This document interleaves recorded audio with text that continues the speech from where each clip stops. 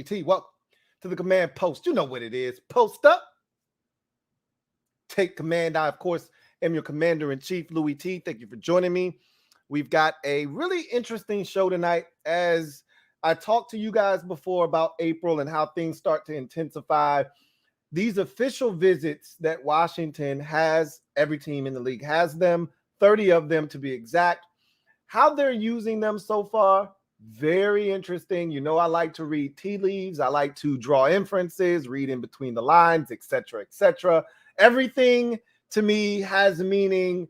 Nothing can have meaning this time of the year, but I like to make everything feel meaningful. So we're going to discuss the visits that have taken place thus far. Obviously, there are many more that will come thereafter, but I do think it's telling what they've done thus far and the direction that they're heading in. One thing is for certain. They understand what their weaknesses are. At least we can identify that. We don't know how they're going to spend their draft capital. We don't know if they're ultimately going to trade back and pick up picks like they did last year. Right now, they go into the draft with 8 selections. Last year, I think they went in with the same number, came out with 10, if I'm not mistaken. So we'll see if they're able to do something like that again. Do they just stand pat with their 8 selections, make each and every single one of them right where they are, and come out of this thing with 8 new players to add to the roster potentially? Or do they look to maybe move some picks in a draft that may not be as deep as they like towards the back end and pick up picks for next year's draft? Do they move up, put some picks together, move up, around, or move up some spots to get a guy that they really like? Who's to say? So many things right now to talk about. And I've got a mock draft that I'm working on as we speak, a Washington mock draft that I'll be pumping out. I'm targeting next week. I told you I want to get these mock drafts out earlier than I usually do. So I'm hoping next week I can get my Washington mock draft out. And then sometime thereafter, I can get my full first round mock draft out. But I think this is going to be a fun draft. It's always interesting when Washington is right where they are, like they were last year, essentially, right in that middle portion of the first round. 2 years ago, actually, let's see, last year we selected 11th, but we moved back to 16 and got Jahan Dotson. So we were still in that middle portion, but everything that we did was more so towards the top 10 and hoping we got some spillage. The year prior, when we got Jamin Davis, we were in this same area. I think Davis was 17th overall, or was he 19th overall? Something to that effect. He was somewhere in that mix. And so we're in that space again. This is where we find ourselves, though. If you think about where we've selected, we're somewhere between 11 and 19 usually, because we don't make the playoffs, but we're never that far away from the playoffs, so we're never in the top 10. We're always kind of in the middle of nowhere, right? Jonathan Allen was the 17th pick, I believe. Deron Payne was the 13th pick. Dwayne Haskins was 15 or 16? I think he was 15th overall. 2020 was Chase Young. We were 2nd overall. We were absolutely horrid, in 2019. That's one of the few times that we've actually been really bad and we bottomed out. 2021, Jamin Davis, like I said, it's somewhere in that 17 to 19 range. I think he was 19th overall, if I'm not mistaken. 2022, we had the 11th overall pick. We trade back. We end up picking 16th, and here we are again at number 16 in the draft. What will we do with that pick? It remains to be seen. That said, I want to talk tonight about Washington and what they are potentially looking to do with their first round pick and then beyond. I actually like what they've done so far, what they've kind of put together from a visiting standpoint, their official visits. So let's take a look at that real quick. I do want to have a discussion with you prior to actually combing through this with a fine-tooth comb. But what I'm going to do is I'm going to pose this to you, and I want you to take a look at this list. So this is the list right now of the guys that Washington have had visits. These are official visits, okay, that they've had visits with. As you can see, this list is 11 players long. So they've roughly got 19 more official visits that they can conduct prior to the draft. And so of these 11 names, I want you to take a look at this list and tell me what you see. I'm going to give you an opportunity to comb over the list and just give me your initial thoughts. What stands out to you about this list of players? While you're doing that, I want to have a discussion about Hendon Hooker quickly. So yesterday I did a video about Hendon Hooker and also about O'Cyrus Torrence. Both of those guys were visits that were either happening in the case of Hooker or had already happened, Hooker, going to happen, O'Cyrus Torrence, here in the near future, day or two, right? So Hooker in particular is the one that I thought is galvanizing. He's a quarterback. Of course, it's going to be the one that people want to talk about the most.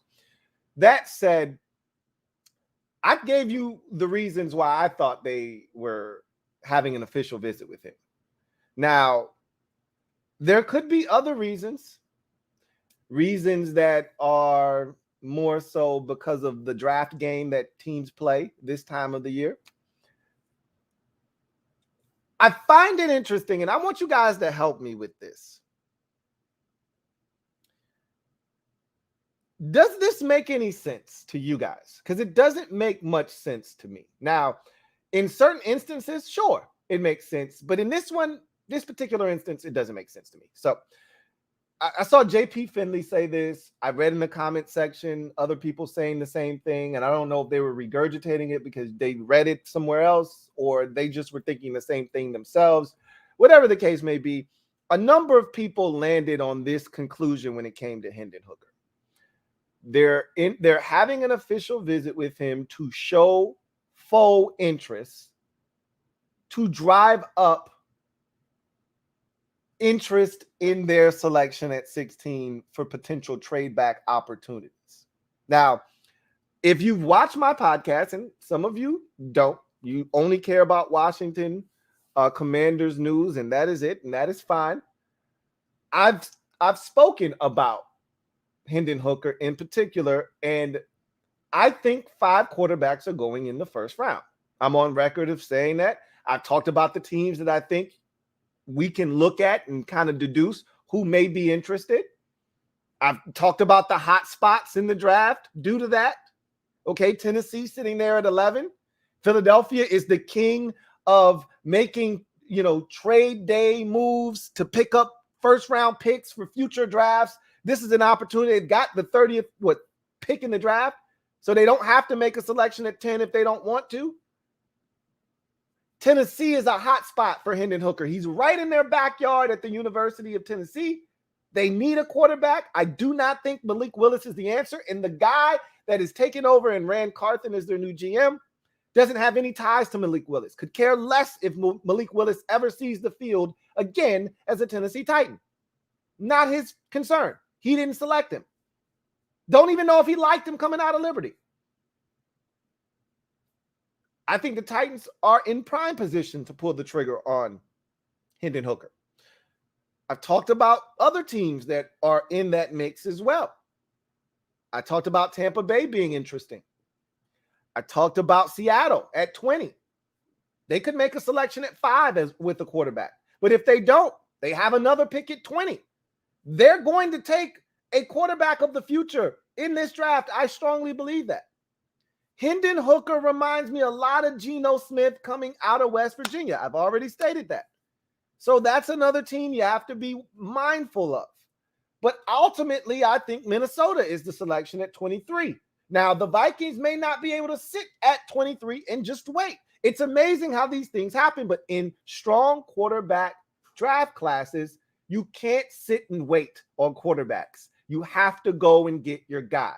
It's just how it goes. In bad quarterback draft classes, they fall like raindrops, like snowflakes. We saw it last year with our guy, Sam Howell, and others in that draft. They just fell. Why? Because the entire draft class was condemned. This is the polar opposite, okay? If you want a guy, you're going to have to go get him because everyone's looking for a guy in what is perceived to be a strong quarterback draft class.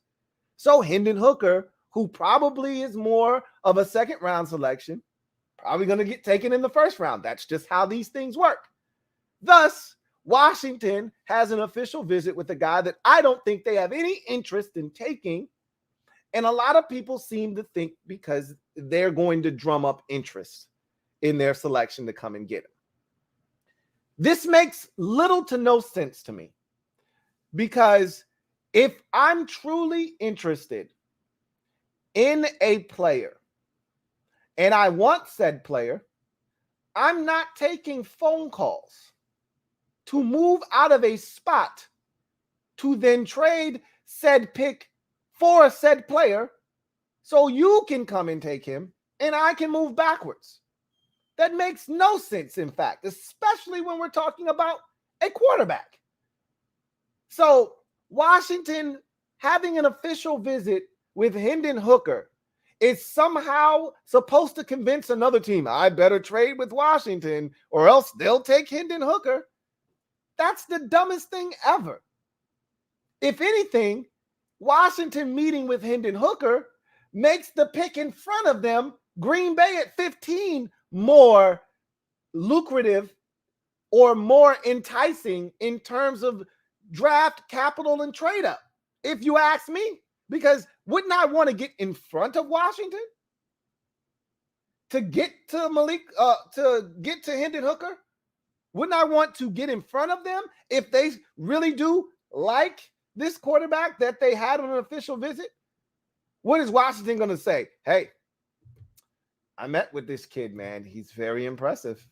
I mean, if you don't come up to 16, I may have to take him myself, man. He's that impressive. Yeah, right. I don't actually get the thought process behind it. Maybe there's something I'm missing. Someone help me. If you understand why this logic makes sense, please enlighten me. Because last year is a great example of when that type of scenario makes sense. Our situation at 11. So we were very smitten with the Ohio State receiver last year, Chris Olave, okay? We liked both of the Ohio State receivers, okay? The guy that we really wanted was Drake London. I've already explained this to you.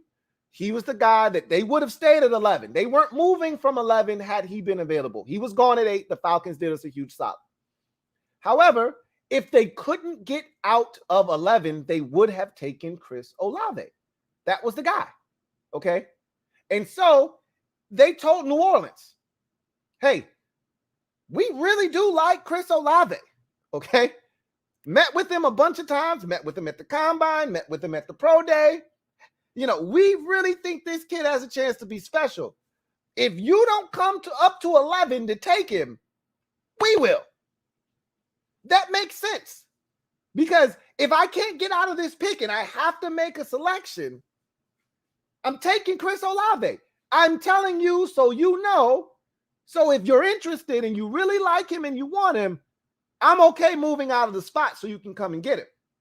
But just know that if you think I'm bluffing and you don't make the trade, I'm going to take him. And you're going to miss an opportunity to get a guy that you really like. Saints said, hey, we really do like this kid and think he can be a star in this league. Hey, yeah, we'll take you up on this offer. Let's make the deal. That makes sense because Washington looked at the situation and said, hey, we really like Chris Olave. We don't love him. Not enough to pass on an opportunity to move back, pick up more picks, and still get a quality receiver that we really like. The difference between Olave and Dotson in their mind wasn't that great, clearly. Okay? That's when you telling someone, I have interest in this player, and if you don't come up here, I'm going to take him, makes sense. Telling someone at 16, I'll take Hendon Hooker if you don't come up here, doesn't really scare anybody, if you ask me. Because If you're forced to make a selection, you're not taking Hendon Hooker. They know it. I know it, and you know it.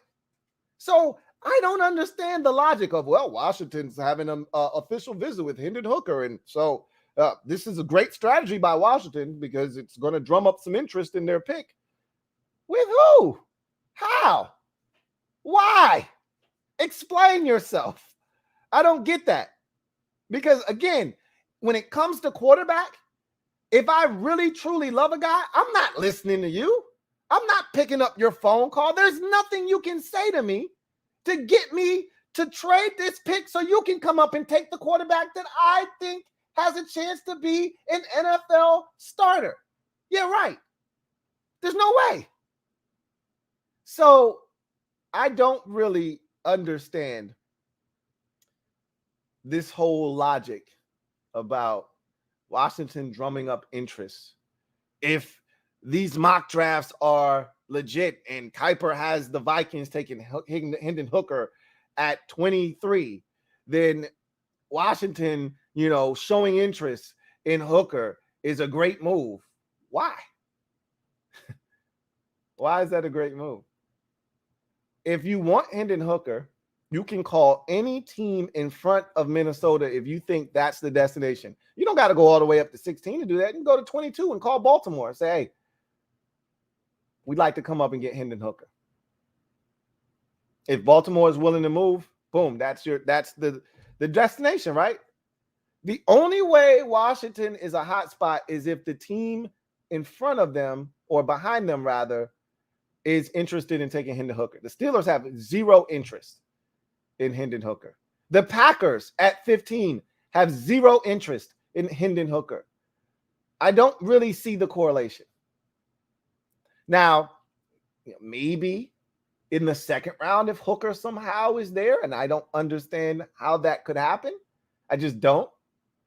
But somehow, magically, he's there when Washington's on the clock at 47.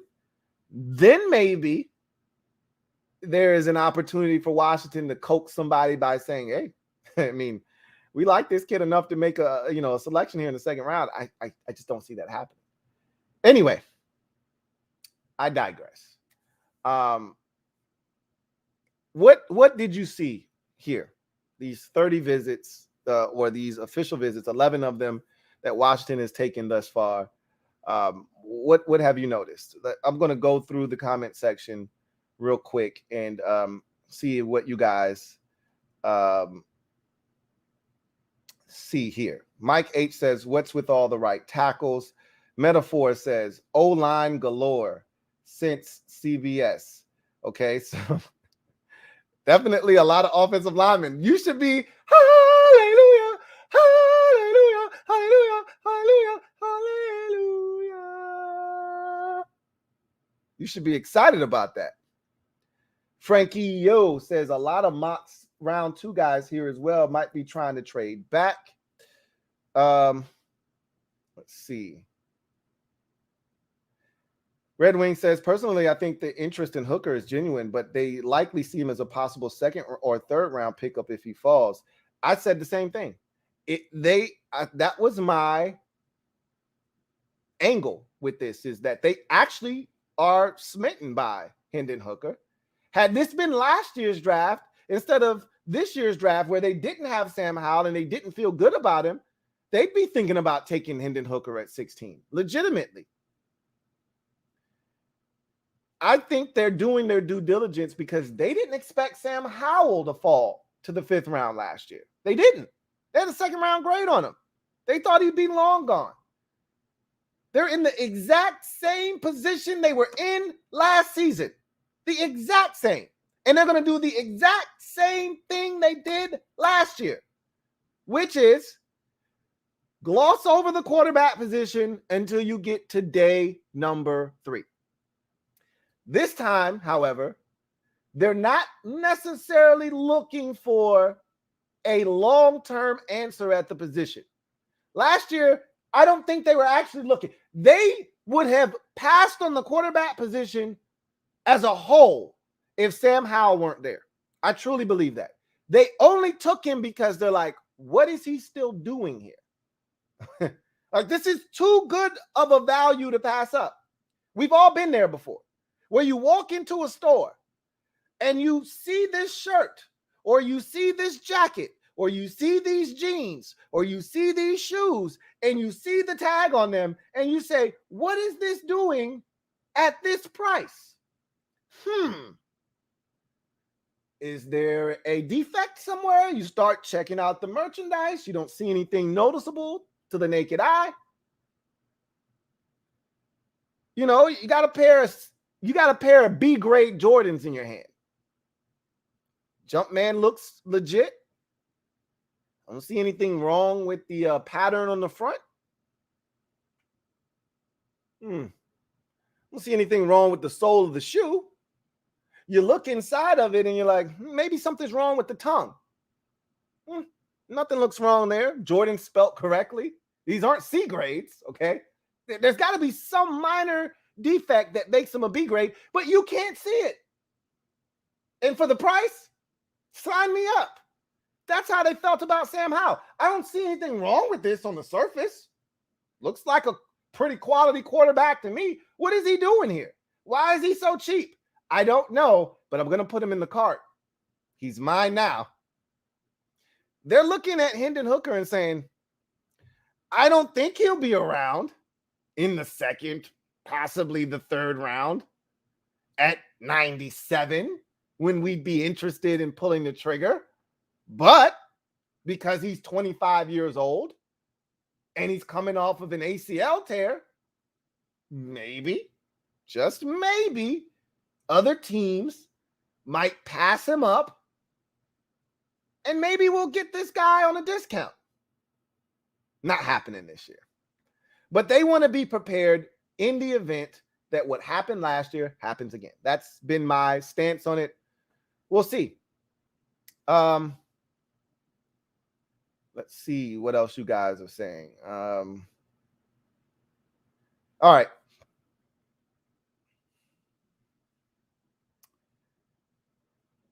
B. Smitty says, this list are all our biggest needs, so it makes sense. That is definitely the first thing that I saw when I looked at this.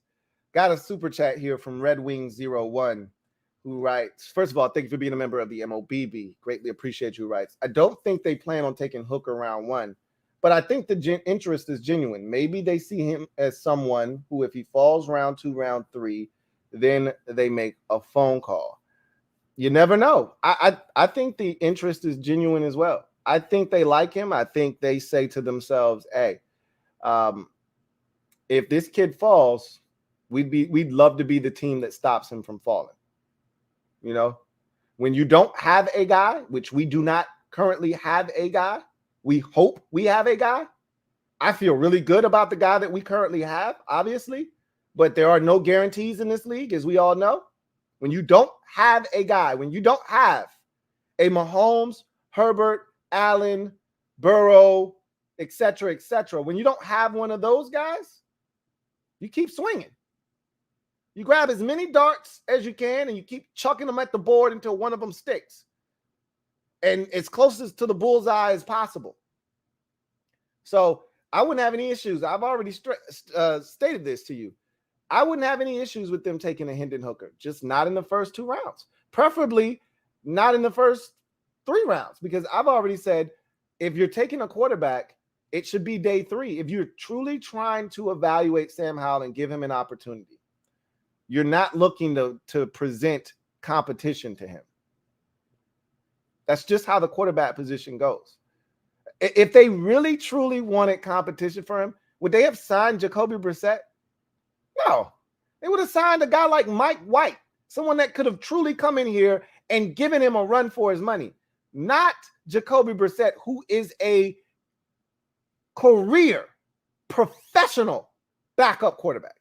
So I totally am on board with what you're saying as well. Anyway, so here's what I see when I look at this list. The first thing that jumped out at me, which is what B. Smitty said. These are all our needs. on one list. So they're not bullshitting around. They're not just, talking to guys. Like, I'm glad I don't see a receiver on this list. Okay. Eventually there'll be a receiver or two, maybe a guy that can return some kicks, maybe a guy that they're just interested in later rounds of the draft. Right.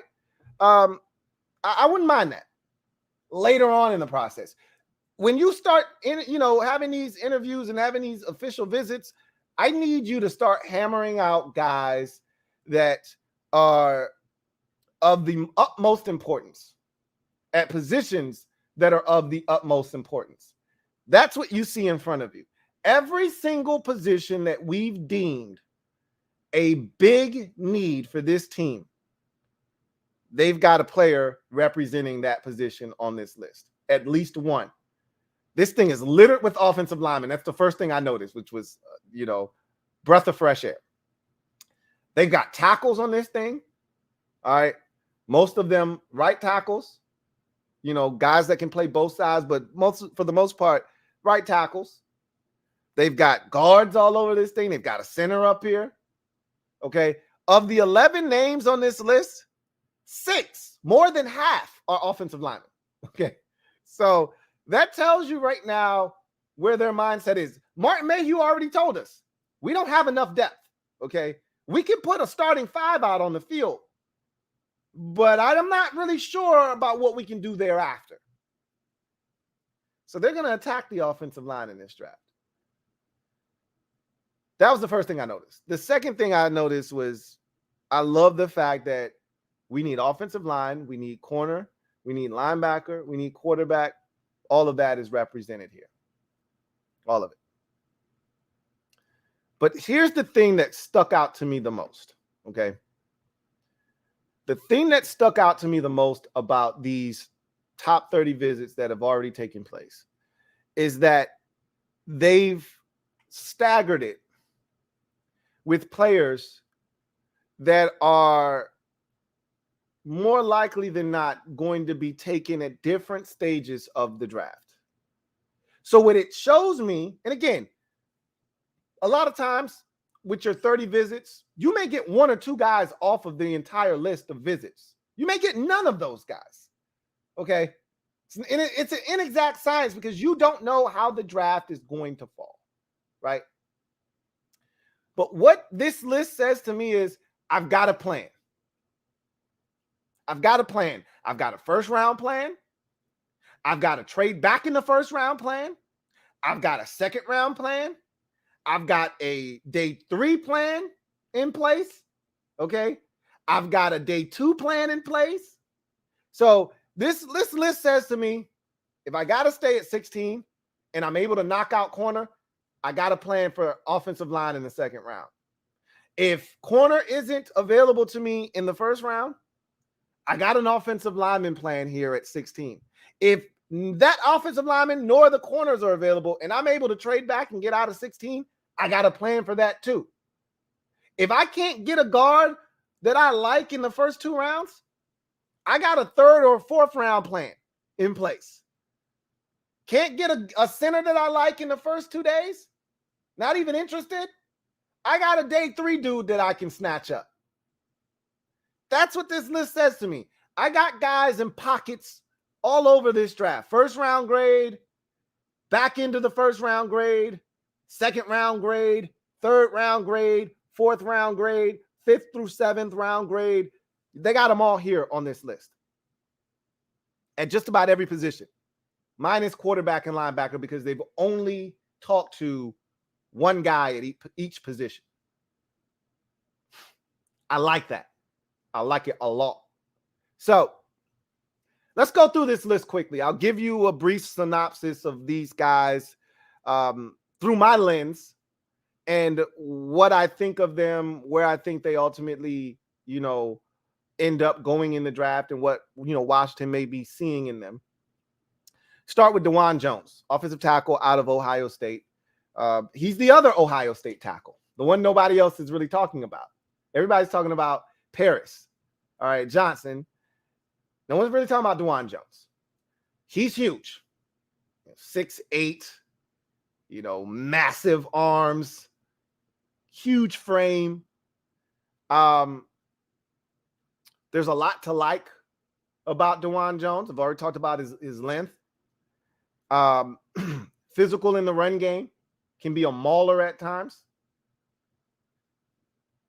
But something else I noticed with a lot of these guys on this particular list, which makes me think maybe they're looking to go to more of a power type of run scheme, running right at you. Not a lot of zone and outside runs, outside, inside zone, not a lot of stretch. I think you're going to get a little bit more power right at you. Why you all in my grill? Because a lot of these dudes don't move well laterally. But boy, when they're going straight, these are some big-ass dudes that can move other human beings against their will. DeJuan Jones is one of those guys. Doesn't have the best lateral quickness, okay? Doesn't have the best lateral agility. His length helps him in pass protection. This guy was a two-sport dynamo. Could have played basketball as well if he wanted to at Ohio State. Chose the gridiron, rightfully so at his size. And you love guys that have played multiple sports. He's actually got solid feet for a guy his size. That comes from that basketball background. He's a right tackle by trade. And if Washington gets stuck at 16, he's someone that I think they could consider. I don't think they would want to pull the trigger on him at 16. I think they would prefer to move back in the first round. But push come to shove, if they've got to do something at 16, he'd be one of the guys that they'd be considering, I think. But personally, you want to move back and select DeJuan Jones. You don't want to take him at 16. It's not the best value in the world. It's not the worst, but it's not the best. Darnell Wright, tackle out of Tennessee. He's one of these Ron Rivera specials, right?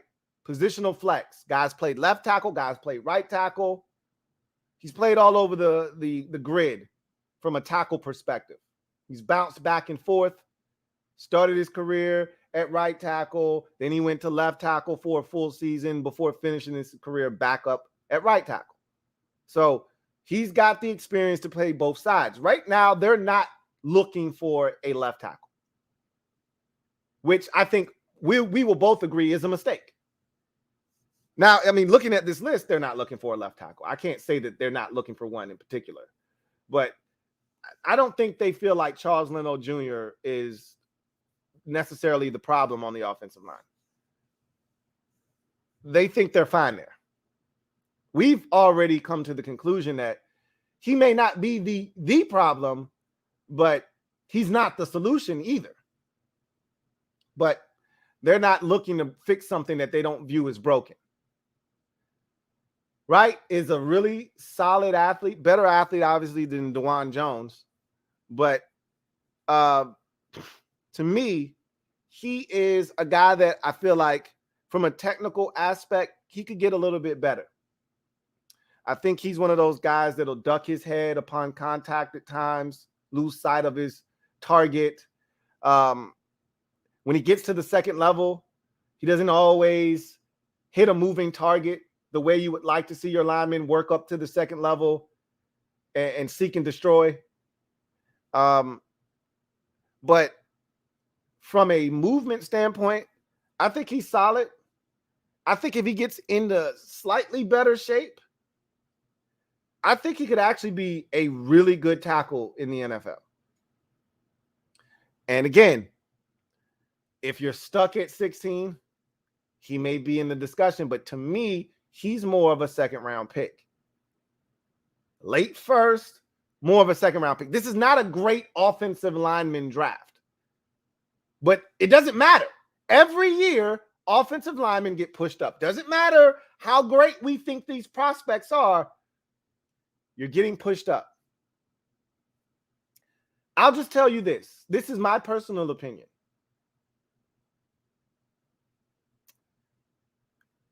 In the 2020 draft,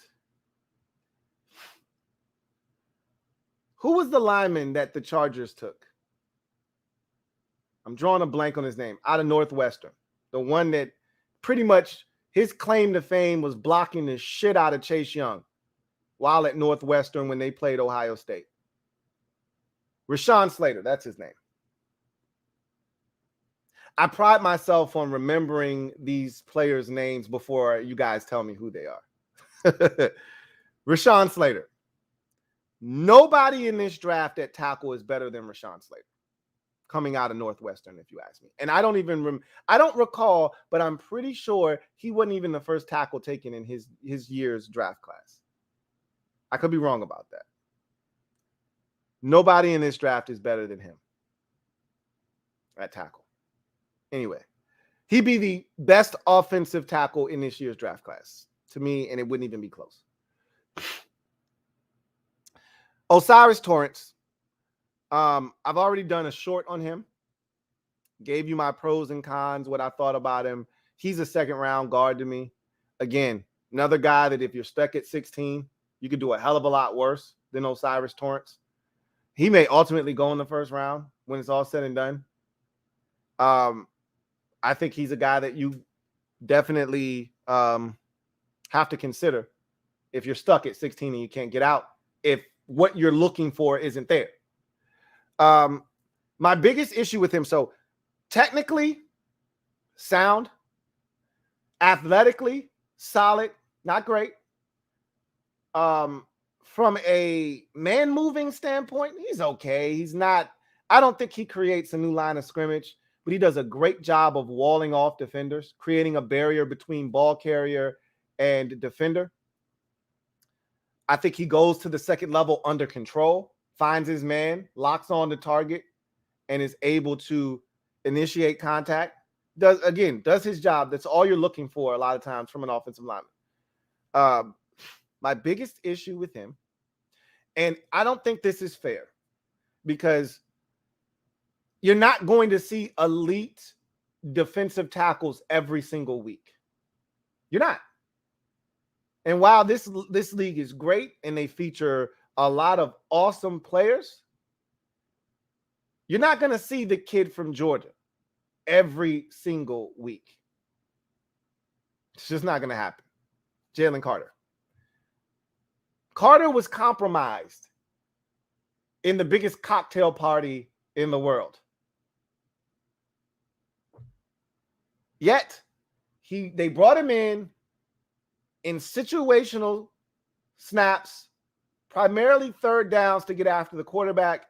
And every single time he kicked Osiris Torrance's ass, ran right around him. Didn't get a sack, but the pressure was there every single time. His quarterback, Anthony Richardson, had to move off of his spot because Carter was able to run right by Osiris Torrance. And it's because, and this is what you're going to find with this list of guys, not great lateral quickness and movement. Other than that, though, I like Osiris Torrance. I wouldn't mind adding him to this team. He'd be a starter day one, and you wouldn't even have to think about it. You draft him, he's the best guard we got on the team. If Sam Cosmi can't stay healthy, I actually like Sam Cosmi at guard. Anyway, another solid, guy. Antonio Mafi out of UCLA. This is a guy that is, I think the attraction here, and to me, he's more of a day 3 guy. More of a 4th round pick, I think. Maybe late 3rd. We're rating that late 3rd compensatory market, 97th overall. Maybe that's a bit of a stretch for me. I'm more of a day 3 guy for Antonio Mafi. However, this is a guy that came to UCLA as a defensive tackle. Played 2 years on the D-line. And then in 2021, makes the switch over to the offensive line. So he's relatively new at the position. He's a newbie. So I think the attraction with Antonio Mafi is, hey, this kid is still green, wet behind the ears, breath smelling like Similac. He's a big slab of clay, and we can get our hands on him. We can mold him into the player we want him to be. He's massive, man. How many times am I going to say this? DeJuan Jones is massive. Antonio Mafi is massive. Steve Avila is a massive. These are big dudes. They're making me think that they really want to put somebody's dick in the dirt this year. They're not effing around. No more of this finesse stuff up front. No more of this, hey, I just want to get in front of you and play pity pat. They look like they're trying to move dudes off the line of scrimmage and create space. At least this list of names says that. Mafi is every bit of 6'3", 6'4", 345, 350. He's massive, man. He's huge. And he's still learning the position. Again, not great lateral quickness, but because he's so big, there are times when he blocks two dudes at once. They can't get around him. He's just a massive dude. And he's moving dudes. You go watch Zach Charbonnet out at UCLA. You're not going to miss Antonio Mafi. Trust me. Okay? The attraction there is he's just scratching the surface. Transitioning from a defensive tackle to an offensive lineman just 2 years ago. You'd like to get your hands on him and create new tendencies for him. Steve Avila, another massive interior offensive lineman. Huge. I don't have to tell you, most of you have watched TCU this year. He's a part of the reason why they were able to be so effective on the ground. He was the team captain. There's a lot to like there with him. Same thing kind of applies here. He's probably even more of a man mover than Antonio Mafi. Nasty disposition, dumping dudes on their skull. Big guy, not great lateral quickness. Again, we come back to the same issue. Okay. However, huge, space eater, hard to get around, does enough in the pass game, but his true calling is in the run game. DeMarvion Overshown. To me, he's becoming a fan favorite here in Washington. There is this growing crescendo, this growing, sort of a rallying cry around them selecting him. I'm joining the chorus of people yelling for DeMarvion Overshown to be selected here in Washington. The question is, will he be around at 97? That's where his value is. Not at 47, not at 16, but at 97 with that compensatory pick we picked up from the Brandon Sheriff move last year. That's where a guy like DeMarvion Overshown, to me, has great value, and I don't know if he'll still be there at 97. If he is, that's when you probably need to pull the trigger. I don't think he'll be there at 118. However, the reason why he's so intriguing is what we talked about last year when we didn't have Cam Curl in week 1 and were exposed, in week 2 and were exposed. When we didn't have Cam Curl in week 16 and was exposed, in week 17 and was exposed. We don't have another guy on our team right now as it's constituted and constructed that does the dirty work in the little things like Cam Curl does. Now, they may really like the safety last year that we took, Percy Butler, but he's not Cam Curl. There are a lot of things I like about Percy Butler. And much like we saw that second-year leap with Derek Forrest, you could see a similar leap in Percy Butler year 2. I wouldn't be shocked if you did. Guy gets more comfortable, same scheme. They know where to be. They know their fits. They don't have to think anymore. You can just play. You start to see the speed. That's what happened for Derek Forrest. The light bulb came on, and we heard about it. Remember, we heard about that in OTAs with Derek Forrest. I'll be keeping an ear out about Percy Butler starting to make plays and flash in OTAs, minis, in the training camp. But Percy Butler is built more like a corner. Cam Curl is built like a safety, plays like a linebacker, has the versatility of a guy who used to be a corner. Enter in DeMarvion Overshown. Came to the University of Texas as a safety, a hard-hitting safety. Wasn't getting on the field, getting no clock at safety. Made the switch to linebacker, made his way onto the field, and never looked back. He's 6'4", roughly 225 pounds, so he's not the biggest guy in the world. Probably put on some weight, maybe right around 230. He's everything we're looking for at that position, that Buffalo nickel. Fast enough to play sideline to sideline, physical enough to come down and be an enforcer, but enough coverage ability to play in that short underneath zone range, run with some guys if need be. Ran a 4.56 at the combine, so it's got plenty of speed. There's a lot to like there. The one thing that you see on tape with him, and I'm not surprised, he's still a guy that is a tick slow. And again, we're talking about 3 years at linebacker now. First 2 years, he was a safety. 3 years at Texas as a linebacker, so he's still a little raw. You see him be slow to diagnose at times. So he doesn't always trigger downhill and shoot that gun. You know how, hey, you see it, squeeze it. Squeeze the trigger. Shoot the gun. Okay? Take the safety off and shoot. That's the last thing that guys who are not natural to the position get. Sometimes they never get it. Is the ability to see it and just go. Just trigger downhill and fire. And he's not big enough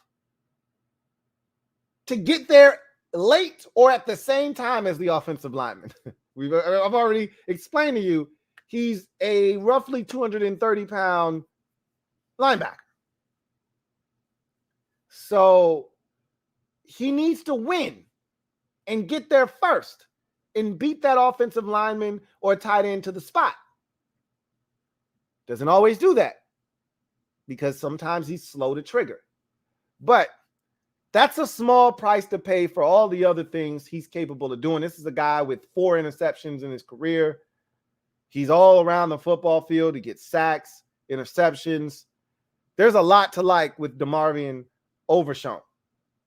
That versatility will go a long way in helping this defense. And it also provides us another guy that if we ever encounter another streak of no Cam Curl, we got insurance. So I like that type of player, and he makes a ton of sense. An ascending player on this list is Terrell Smith, cornerback out of Minnesota. I think this is a guy that when this process first started, probably a day 3 pick, 4th rounder. He goes to the combine, tests really well. It forces you to go put the tape back on. There are a lot of things that frustrate you. And this is why ultimately I don't think he ends up in Washington. Ron Rivera made it abundantly clear what they're looking for this year. They're looking for guys to take the football away.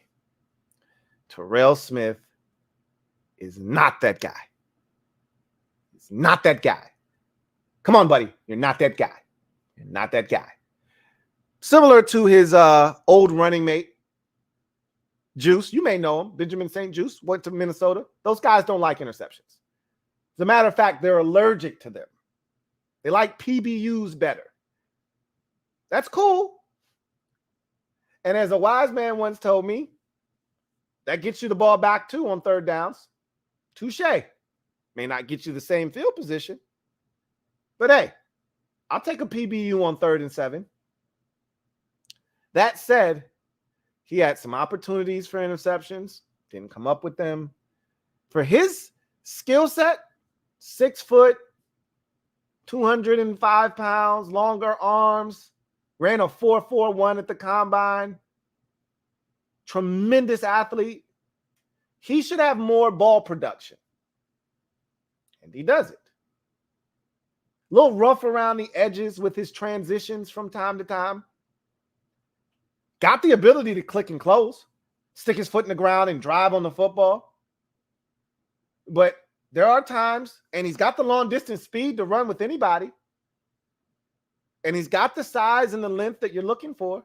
And that's what I think is going to sell him to a lot of these teams in the league that are looking for longer, rangier corners with top end speed that can run with these receivers who are coming into the league every year, faster and faster, more dynamic. You need guys that can run 40, 50 yards down the field with these guys. But if your team looking for someone to make plays on the football, I don't think Terrell Smith is that guy. He's physical. He'll come up and tackle. No issues in that department. I think someone's going to fall in love with him, and I think he's going to be a day 2 pick. The production says day 3. The potential says day 2. And I think that's where he's ultimately going to find himself. And I think that's Washington's backup plan. Is if we don't get one in the first round, and there's a guy that's just too good to pass up in the second round, and so you pass on corner again, and then you find yourself in the 3rd round, and then there's DeMarvion Overshown, and you're like, I don't know if we can wait. Terrell Smith might be sitting there waiting for you at 118, and that's when they pull the trigger on him. I think that's their backup plan. I don't think he'll be there, but that's the thought process. This is what you have to do when you go into this process. You got to go in there thinking about these things. We've already talked about Hendon Hooker, so I don't need to talk about him. Ricky Stromberg out of Arkansas. I thought that there was a big difference in what I saw from him in 2021 versus 2022. 2021, he was getting his lunch tooken. Or as a wise man once told me, he was getting his coat, shoes, and hat tooken. He's getting an old-fashioned, passionate ass whooping and getting his shoes, coat, and his hat tooken. You watch him against Bama, specifically against Georgia, and it wasn't pretty. When you saw him go against Devontae Wyatt, when you saw him go against Jordan Davis, it didn't look like a fair fight. When you saw him go against our guy that we took in the 2nd round, Phidarian Mathis, didn't look like a fair fight. Old Phidarian was kicking his ass. Lil P, Big P.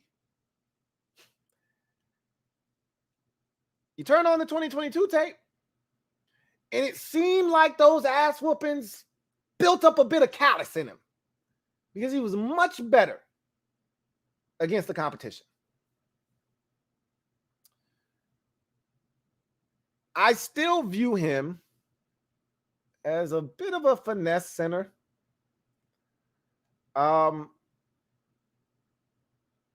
He's interesting because one thing I do love about centers, and you see it with Ricky Stromberg, he understands angles. And you don't have to be the most athletically gifted. You don't have to be the strongest. If you understand angles as a center, it will allow you to get to places that you're not supposed to get. It'll allow you to reach blocks that you're not supposed to reach. And Stromberg is one of those dudes that understands angles. And so there are times where it doesn't look the prettiest, okay? But I'm not a coach. I don't grade on technique, because there's a grade for technique and then there's a grade for doing your job. You might get an A for the doing your job, but you might get a D on technique. And sometimes technique matters, because it's the difference between you getting a holding penalty and a 17-yard run that's negated because of your holding penalty. Sometimes you get away with it. They don't call it, but you were holding, so you did your job, you get an A. Technique is a D. You got away with it, so no harm, no foul, but you need to clean that shit up. That's why they give you separate grades. I'm not here to grade you on technique, bro. I'm just here. Did you get your job done? With Ricky Stromberg, usually the answer is yes. It's usually not pretty. And I don't know if it's sustainable in the NFL consistently, which is why he's a day 3 pick. But honestly, that's where you should be shopping for your center, unless you're getting something elite.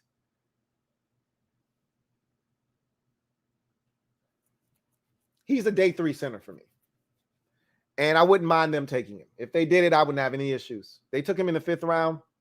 Thumbs up from me. Joey Porter Jr. I have mixed feelings about him. He's tall. He's long. Pause. He's exactly what they like at the cornerback position. He's very grabby. I do not like that. The long speed, it makes me a bit nervous, because we already got one of those on the opposite side in Benjamin St-Juste. One of those 6'3", longer arms, not a burner, but because of the length, he's there type guys. Porter strikes me as one of those. I'm looking for a guy that can just flat out run, personally. You know, if I got to lose an inch or two, but you're telling me this dude is a low 4.4 guy, high 4.3 guy, sign me up. So if I got to take 6 feet, you know, with regular length, pause, but it's 4.42 or it's 4.39, sign me up. That's where I'm at with mine now. I got one of those longer guys that isn't a burner. Joey Porter Jr. strikes me as a guy that, in the right system, might be a number 1 corner. But I think he's probably a number 2. I think the jury's still out on Juice as to whether he's a 1 or a 2. There are times where I'm convinced he's a 1. But the best ability is availability, and he hasn't been that in his first 2 years, unfortunately for him. When he is healthy, I've seen, look, Justin Jefferson cooked his ass on the most crucial 3rd down of the game against Minnesota. Without that play, we beat the Vikings. And you look at the numbers, 7 for 114. It doesn't seem like he had a good game, but we all watched that game. And we walked away from that game saying, yo, Juice can hold his own.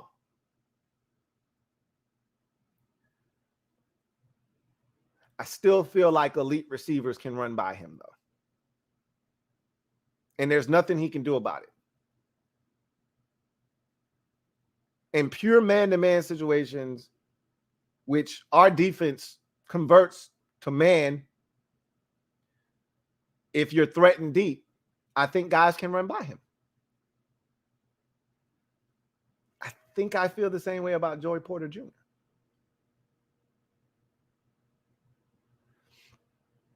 I could be wrong. I'm going to do some more film on him. I need to convince myself one way or the other. I keep straddling the fence with him. I got to make a decision on him. Am I okay with him at 16? Because I don't really know. I've watched just enough that I feel comfortable either way. I need to make a decision.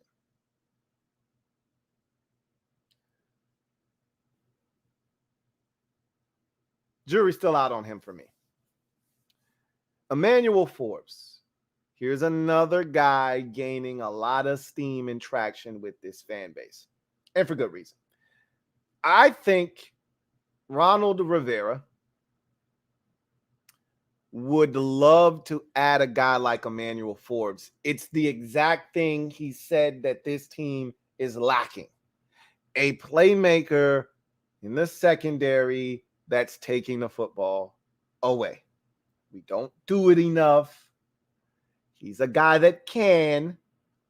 He's a guy that will leave college football, will leave the SEC as the most prolific touchdown scorer in FBS SEC history. The man has 6 touchdowns on interception returns. There are wide receivers that do not leave college with 6 receiving touchdowns, let alone a defensive back with 6 touchdowns. And you go watch these pick sixes. These aren't the, oh man, quarterback threw a lazy out 8 yards away from his own end zone and he jaunts into the end zone for an 8-yard pick six. Nah, this is 70 yards, 43 yards. Some of them are straight line races, which, as we saw at the combine, running a 4.35, it's got plenty of juice for that. Some of them, he's weaving in and out of traffic. He turns into a ball carrier with the ball in his hand. This is a kid that grew up one of 10, okay? 10 siblings, 9 siblings. So right then and there, if I'm an evaluator, that tells me he's been competing his entire life.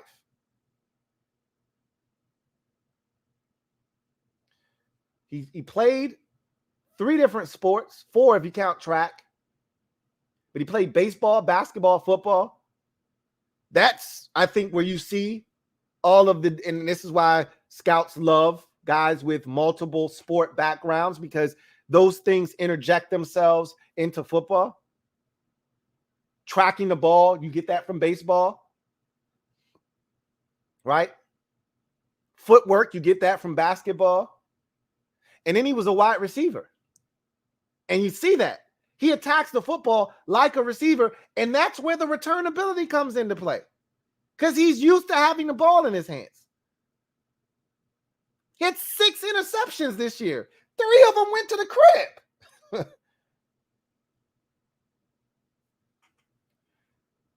Now, here's the drawback. He's 6'1" and some change, roughly 6'2", if you want to round up. He's 166 pounds. Okay, soaking wet. He is skinny. Okay, rail thin.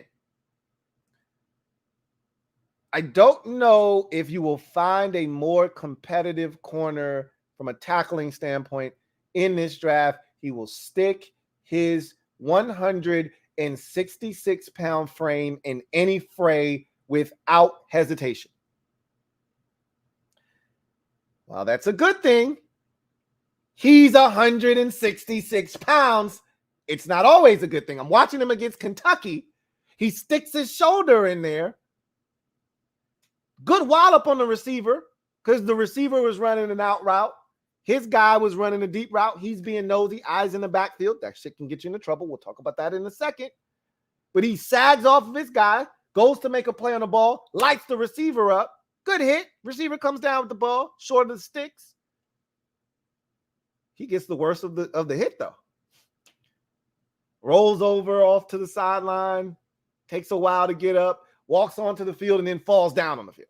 Comes back in the game, plays, but he's 166 pounds. So take that into consideration, but he's not afraid. I love that. When you, and I talked about this same thing with Clark Phillips III out of Utah, who is another ball hawk, which is another guy Washington may be interested in this draft.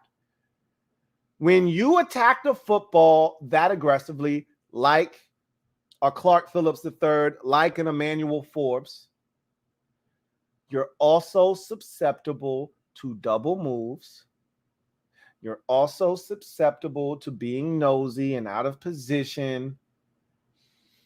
And those things can get you got. The difference with Forbes from a Clark Phillips is he's got the speed to give him a chance and length to make up for a mistake. But he's very aggressive at the line of scrimmage. Sometimes it's a gift and a curse, because when you're 166 pounds and you're coming up to jam Jamar Chase, and Jamar Chase says, get that little ass limb off of me, and slaps your shit to the side, and he takes off, you're not catching up.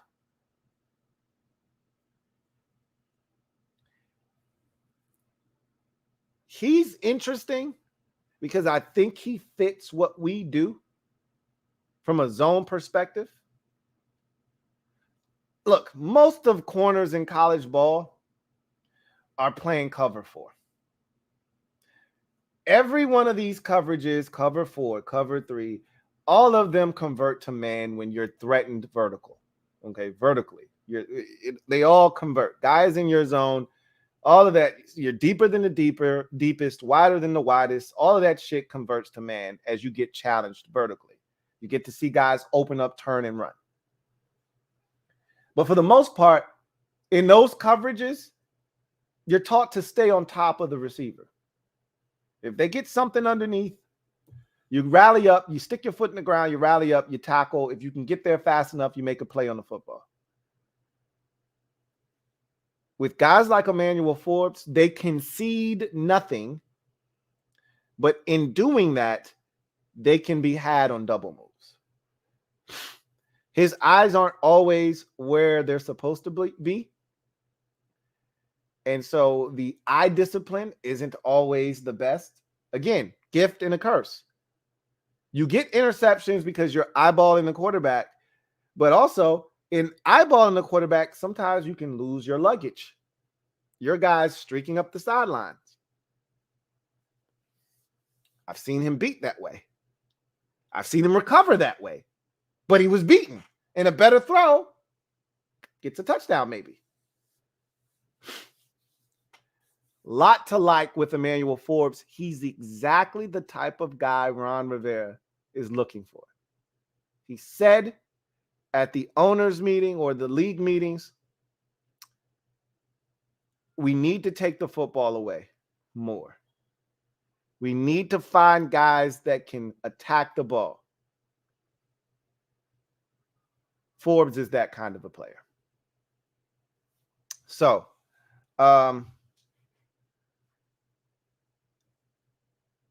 those are your visits thus far. 11 have been knocked down, 19 to go.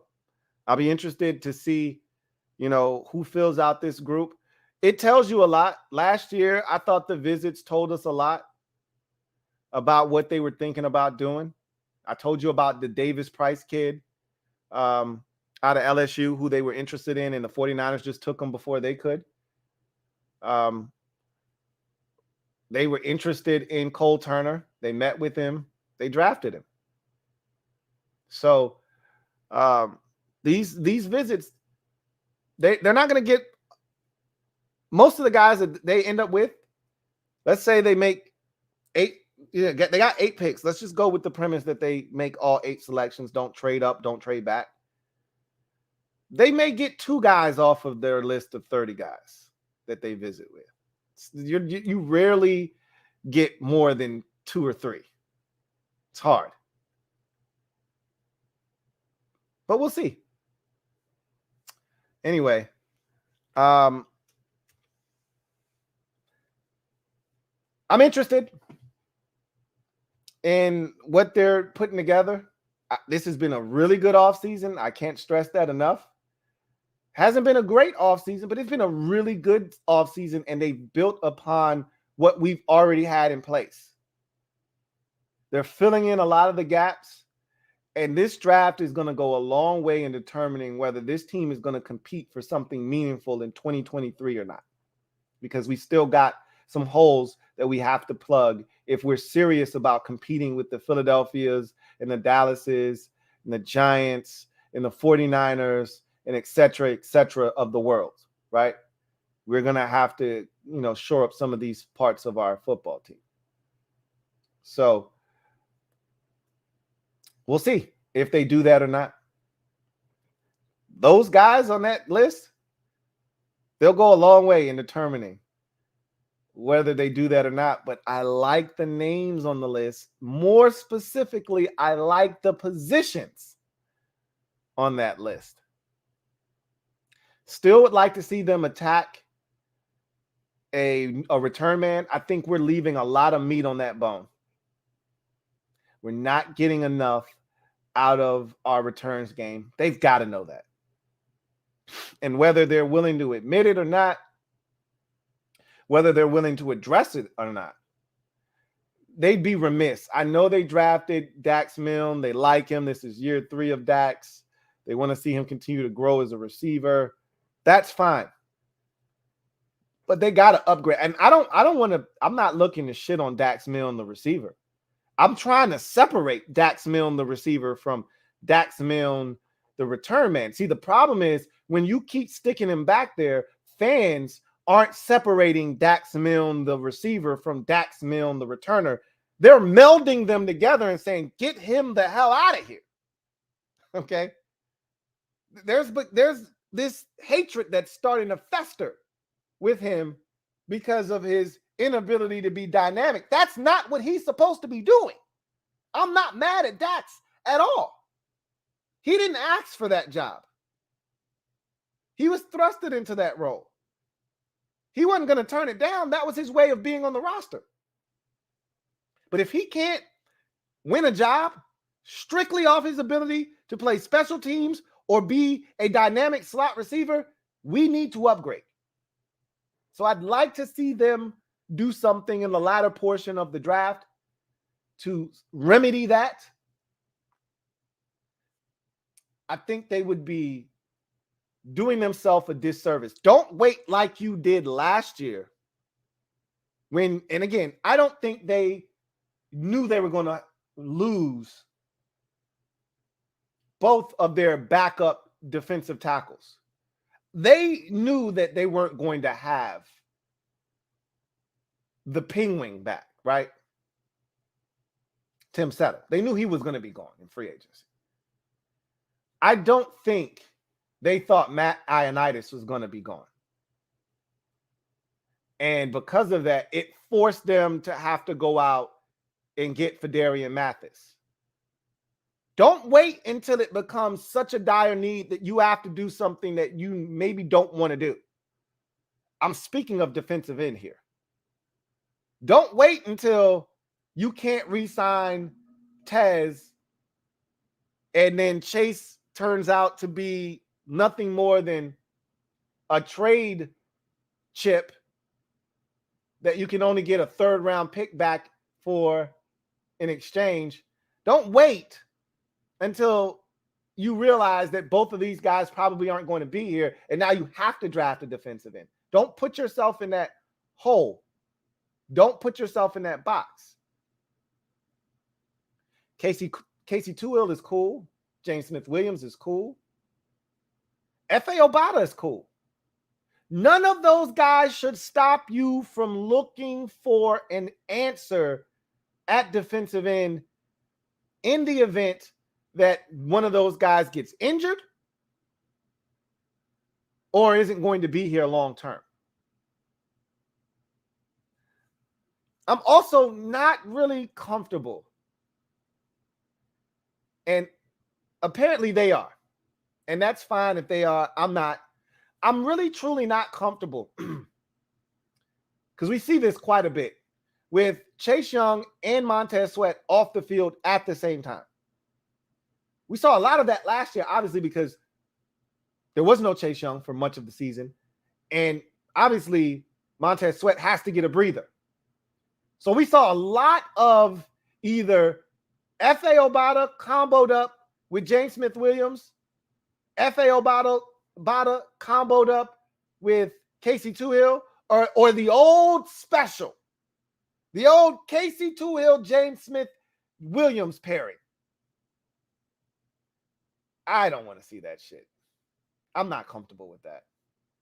But again, clearly they're comfortable with it. Bringing F.A. Obata back allows them to not have to do anything if they don't want to. I would do something if I were them. That's just me. This is a deep edge rusher draft class. I'd grab one. I probably wouldn't do it in the first 2 rounds, but I'd start thinking about it in the 3rd round. Again, if I'm sitting there at 16 and a guy falls to me that I really, really like, I'd do it then. Why the hell not? That's what you've afforded yourself the opportunity to do by doing what you said you wanted to do in free agency, which was go out, acquire players at every position that we deem to be a significant need, thus giving you the flexibility to be able to select BPA if need be. Don't talk about it, be about it.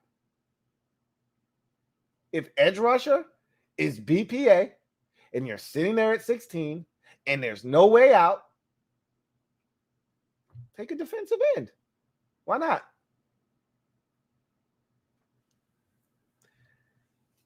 Anyway, I digress.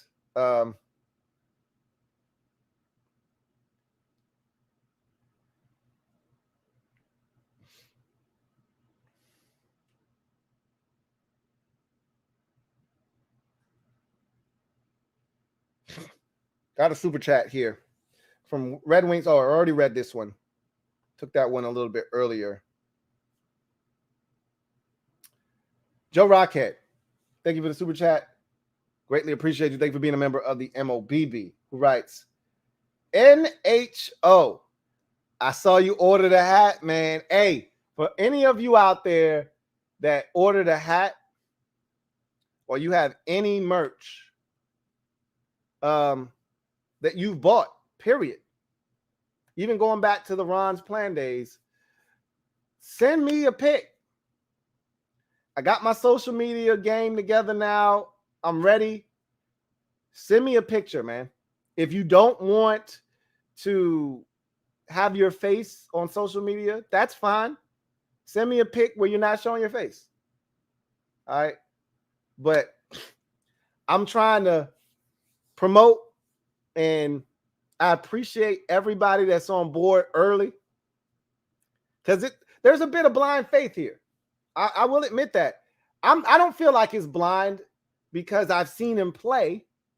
But again, it's a small sample size at the NFL level, so we can't be assured of anything. But I feel really confident with the weapons that we're surrounding him with. If we can protect him, and this is the key, and we don't know this to be a fact, if we can protect him, he's going to have an opportunity. But even when we couldn't protect him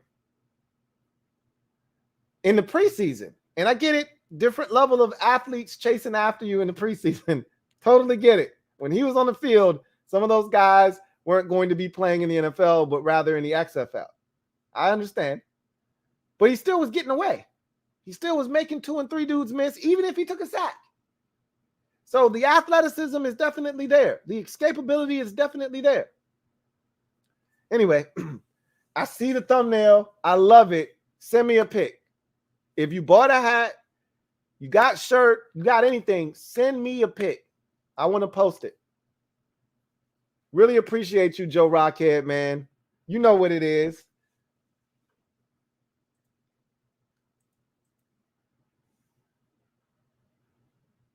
You know what it is. All right. Let's see. All right. Off to another world. Thank you for the super chat. Greatly appreciate you. Off to another world writes, can't wait to see Hal's performance in the joint practices if they have it. Trust and believe. If we're on Hard Knocks, forget about it. They're going to have joint practices this year. I'm all but certain about that. Rivera was pretty adamant that he wanted to link up with some teams this year, get some joint practice work in. He feels like it's very beneficial. We saw it on Hard Knocks last year and how it potentially benefited the Detroit Lions. I mean, the Lions have nothing to do with this. People have been doing joint practices for years, right? Going back to when we were on Hard Knocks with the Texans, when D'Angelo Hall got into it with the entire Houston Texans roster, when we did a joint practice with them.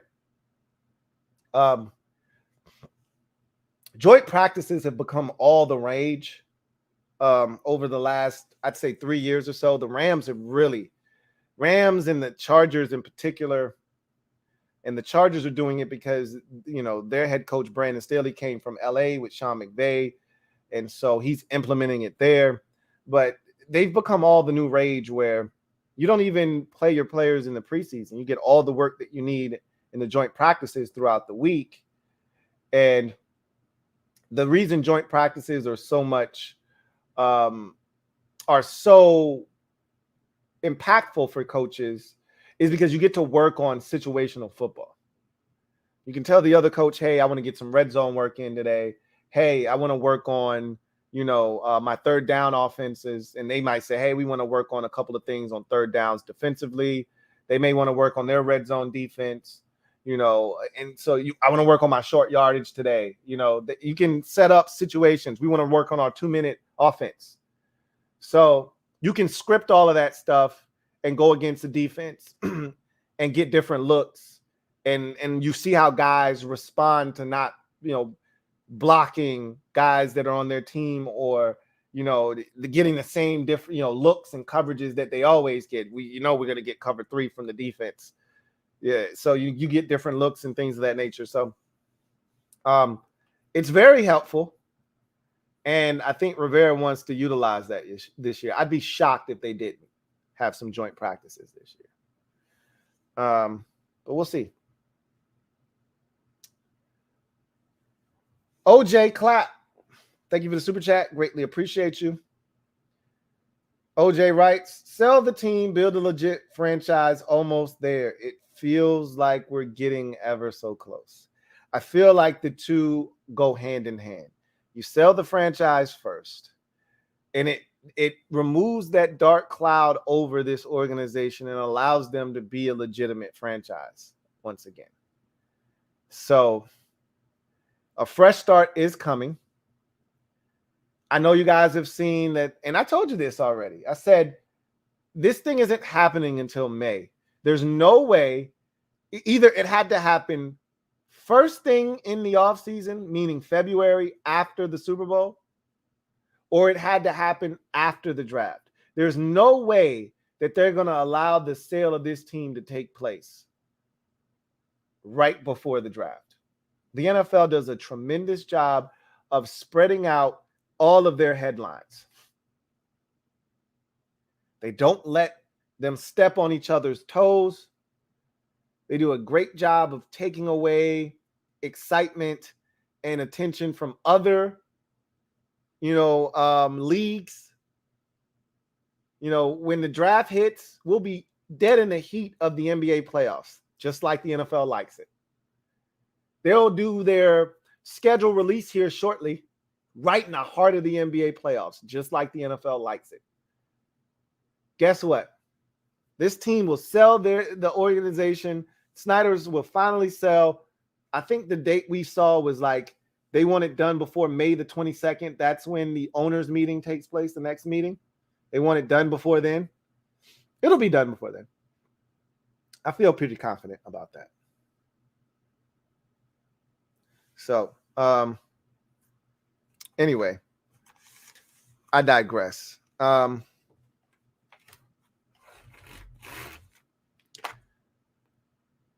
getting there. Slowly but surely. Calvin Krim, thank you for the super chat. Greatly appreciate you. Thank you for being a member of the MOBB. My guy, Calvin Krim, writes, drafting a quarterback would be a waste unless he's starting week 1. Odds are stronger that we draft one in round 1 or 2 than later. I don't think we draft any. I couldn't agree with you more about drafting a quarterback in round 1 would be a waste. You're saying overall. I don't agree with that. I think drafting a quarterback in the first 2 days is a waste if he's not starting week 1, specifically one in the first round. I mean, with Rivera being in this win or go home mode, you can't afford. I've already, kind of laid this out for you. You can't afford to be drafting a quarterback in the first round. It's the same thing. I talked about this. I use Jay Gruden as an example. It's a great example of what not to do. The Bears, the same thing with Matt Nagy as their head coach and Ryan Pace as their GM. It's the exact thing you don't want to do. Now, in their case, they were hoping to save their jobs by Justin Fields coming in, playing well enough that they could convince ownership, hey, we drafted this kid because we believe in him. You give Matt another year. Look at what Fields did. Look at the progress he made this season, which he didn't make any in his rookie season, which is why it was so easy to fire those guys.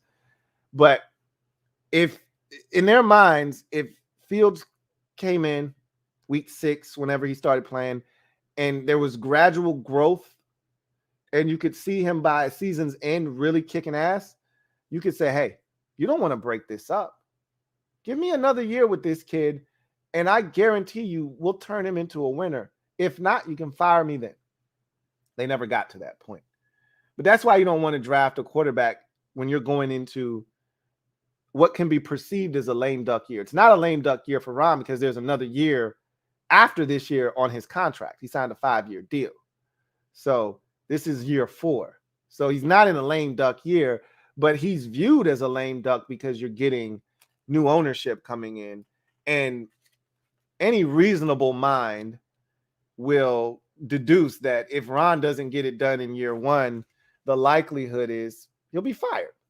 And I told you, Ron, it was somewhat refreshing to hear Ron finally talk about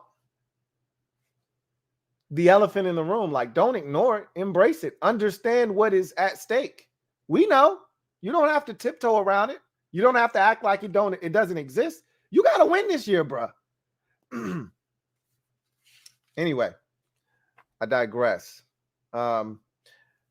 I personally think day 3 drafting a quarterback this year is essential. Because even if we found our guy in Sam Howell, you still need a backup. Jacoby Brissett is on a 1-year deal. And he won't be back next year. Okay? He's a professional backup.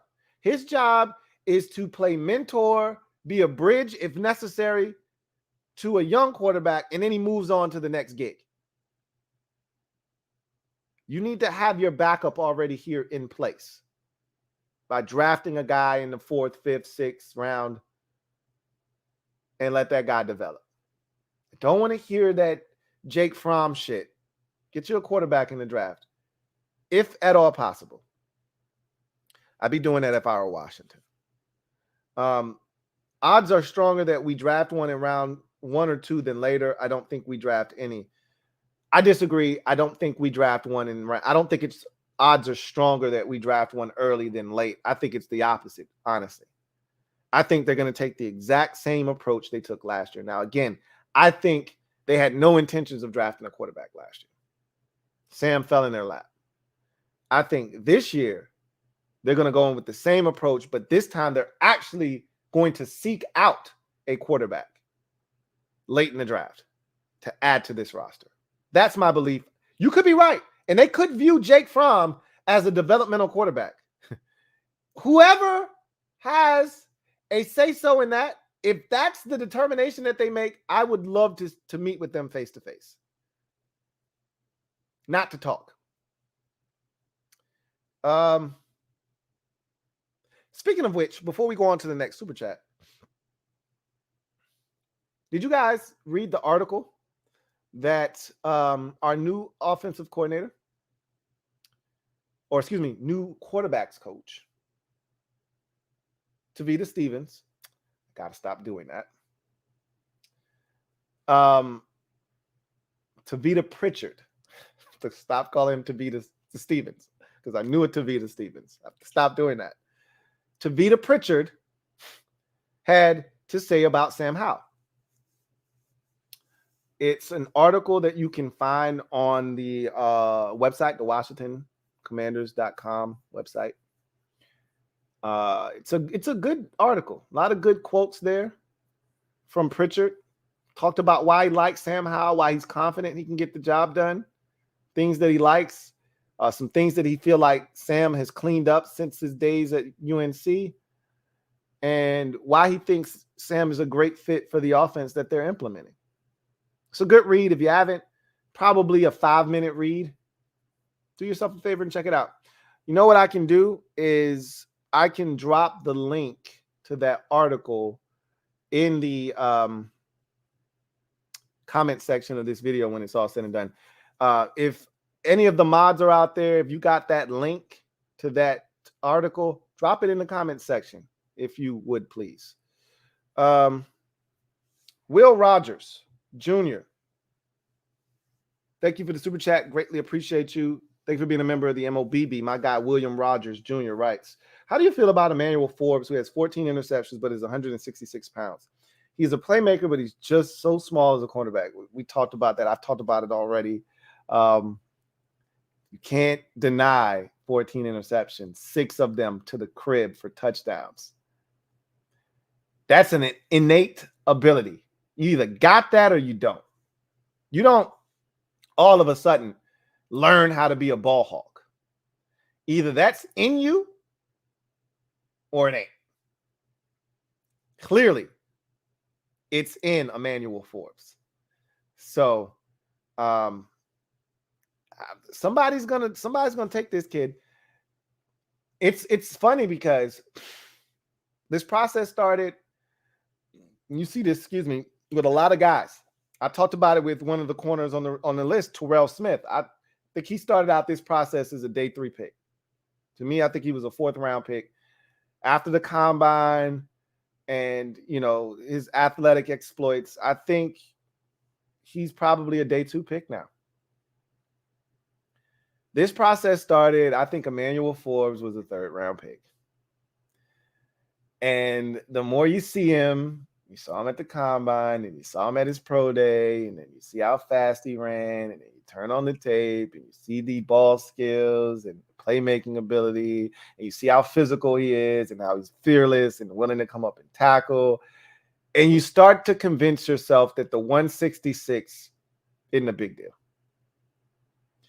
And so he goes from a 3rd round pick to a 2nd round pick. And I'm going to tell you what's ultimately going to make or break Emmanuel Forbes' draft stock in this draft. How the rest of the cornerback position does in the 1st round. If these dudes start flying off the board in the top 10, you see one come off in the top 10, and then another one in between, 10 to 13, and then another one, say at Washington. Or say you get to Washington and 3 of them are already gone. Now Emmanuel Forbes is in play. Now Deonte Banks is in play at 16. That's how this works. if these corners are allowed to sit for a little while, and Gonzalez doesn't go until he's the first corner off the board, and he doesn't go until 11, and the next corner doesn't go until 16 at Washington, then Forbes is a second round pick.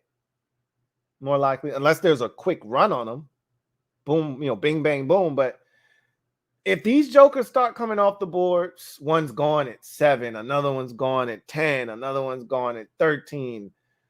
And now Washington's, mulling over, do I pull the trigger on Banks here at 16? Then I could see Forbes ended up being a late first round pick. If other positions fill out the first round, you get your 3 tight ends, you get your 5 QBs, you get your 4 or 5 edge rushers, you get your 5 offensive linemen. If other positions come to the table and do their part, and there's not this ridiculous run on corners. One year we saw like 6 or 7 corners go in the first round. That year when the Raiders took, I want to say, like a corner out of Ohio State that everybody had like a 3rd round grade on. I want to say it was Garyon Conley, I think. Maybe that year was the year. It was like 6 corners that went in the first round. Might have been another year. I think it was. I'm pretty sure they took an Ohio State corner though. That guy, I think he ended up getting released because he did some gang shit online. Now I gotta know. I gotta know now. I gotta know what his name is. Raiders corner released. Former first round. That's gonna make it easy. Former first round Raiders corner released because of social media. That should get it done. Damon Arnett. That was the one. Damon Arnett was the guy that was released. That was the year, not because I actually like Garyon Conley, and he was not a 3rd round type of guy. Damon Arnett was a guy that nobody had going in the first round, but Michael Mayock, apparently. Anyway, that year, I think like 6 corners went in the first round. It was crazy. You get one of those types of first rounds, and Emmanuel Forbes is gone in the first round. You get, and there's still Cam Smith from South Carolina. There's other guys, like, but he's got a unique skill set. He is 166 pounds, as you mentioned. It's hard to get away from that, but he, like I said, he's unique. And I think his draft stock is rising. I like him a lot. And I like him enough to pull the trigger late in the first, not at 16. I'd pull the trigger late in the first on him. Definitely in the second round. I can't imagine a scenario in which he's available at 47, however. I could see him being a second round pick. I just can't see him being available at 47 when we select in the second round. So I'm intrigued by him. That's for sure. LT, thank you for the super chat. Greatly appreciate you. LT writes, hope the rest of the NFC East does. What do you hope the rest of the NFC East does draft-wise? Honestly, I don't really care about those teams. Obviously, I keep close tabs on what they're doing. There's certain players you don't like. I don't want the Giants to get Jackson Smith and Jigba. Don't want them to get him because he's got Chris Olave written all over him, except he's not as fast as Olave, but he's got a similar skill set to Chris Olave. He can break dudes off. They've got one hell of a wide receivers coach at Ohio State. Those dudes are tacticians, and they come into the league ready to break dudes off and separate. I don't want the Giants getting a player like that.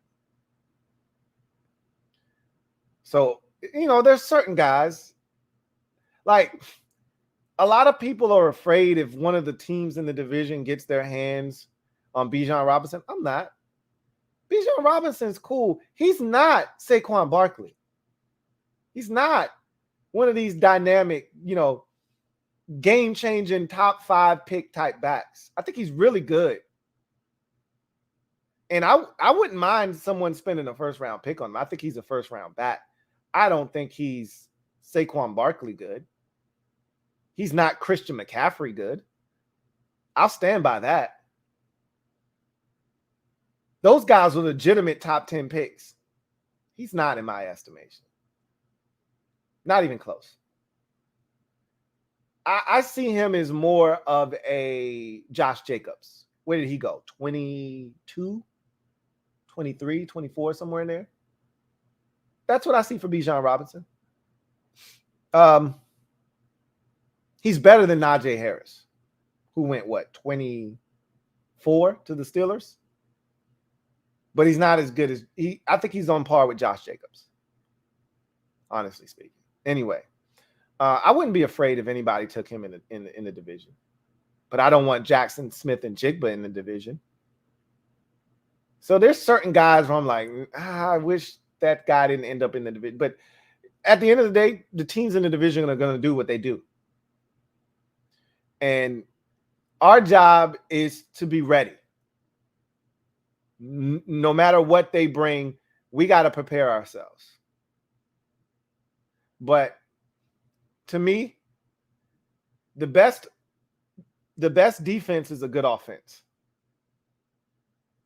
You scared of their offense? Well, make sure your shit is strapped. Make them outscore you. You like your defense? You think your defense is good enough to hold them down? Make sure your offense can score enough points so that your defense gets an opportunity to protect the lead. We still don't know what this defense looks like up 2-3 scores. We had one game where we actually got to enjoy a lead, and that was against the Texans. Did we ever have a game like that the first 2 years of Ron's tenure? I'm trying to think about 2020. Maybe the Bengals game, and that was not comfortable until Joe Burrow got hurt. Chase had that big hit right at the goal line. They were moving the ball on our ass the entire first half. We just got lucky and got stops and got shit to happen in our favor. There was nothing comfortable about that game until Joe Burrow got hurt. Then we were able to just kind of sit on a little bit of a lead that we had. But we didn't have many games where we were up big and comfortable and just protecting the lead. Remember, the Dallas blowout that was a 4-point game, 3 or 4-point game with like 7 minutes to go before we exploded for 3 straight touchdowns and blew the top off of that thing. That game was right there. I think it was like 20-16 before we scored 21 unanswered points. 2021, everything was tough in 2021. I don't think we won a game by more than 6 points. I'm trying to think. The Giants game, we won on a field goal. The Falcons game, we won on by like a field. I think we won by 34-30. The Seahawks game was 17-15. The Raiders game was 17-15. The Panthers game was nip and tuck. I think we ultimately won by like 6, but we needed a 4th down stop by Cam Curl on a Christian McCaffrey route on a Christian McCaffrey kind of, I want to say it was an option route where he broke it to the outside and Cam Curl stopped him 1 yard short of the first down. Like long story short, we didn't blow anybody out. I'd love to have a year where the offense is legitimately scoring points, and we actually jump on somebody 21-3. I don't even know how I would feel about that. I probably would be nervous the entire game that we're going to blow it. But I'd love to be in that position. We don't even know how that feels as a fan base. Like, think about that. The Texans game is it.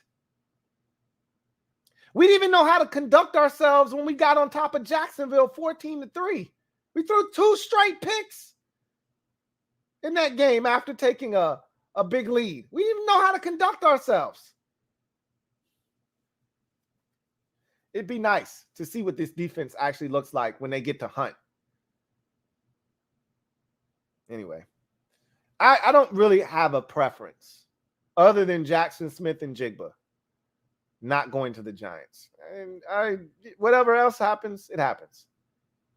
And even if he ends up in New York, so be it. You know, what can you do?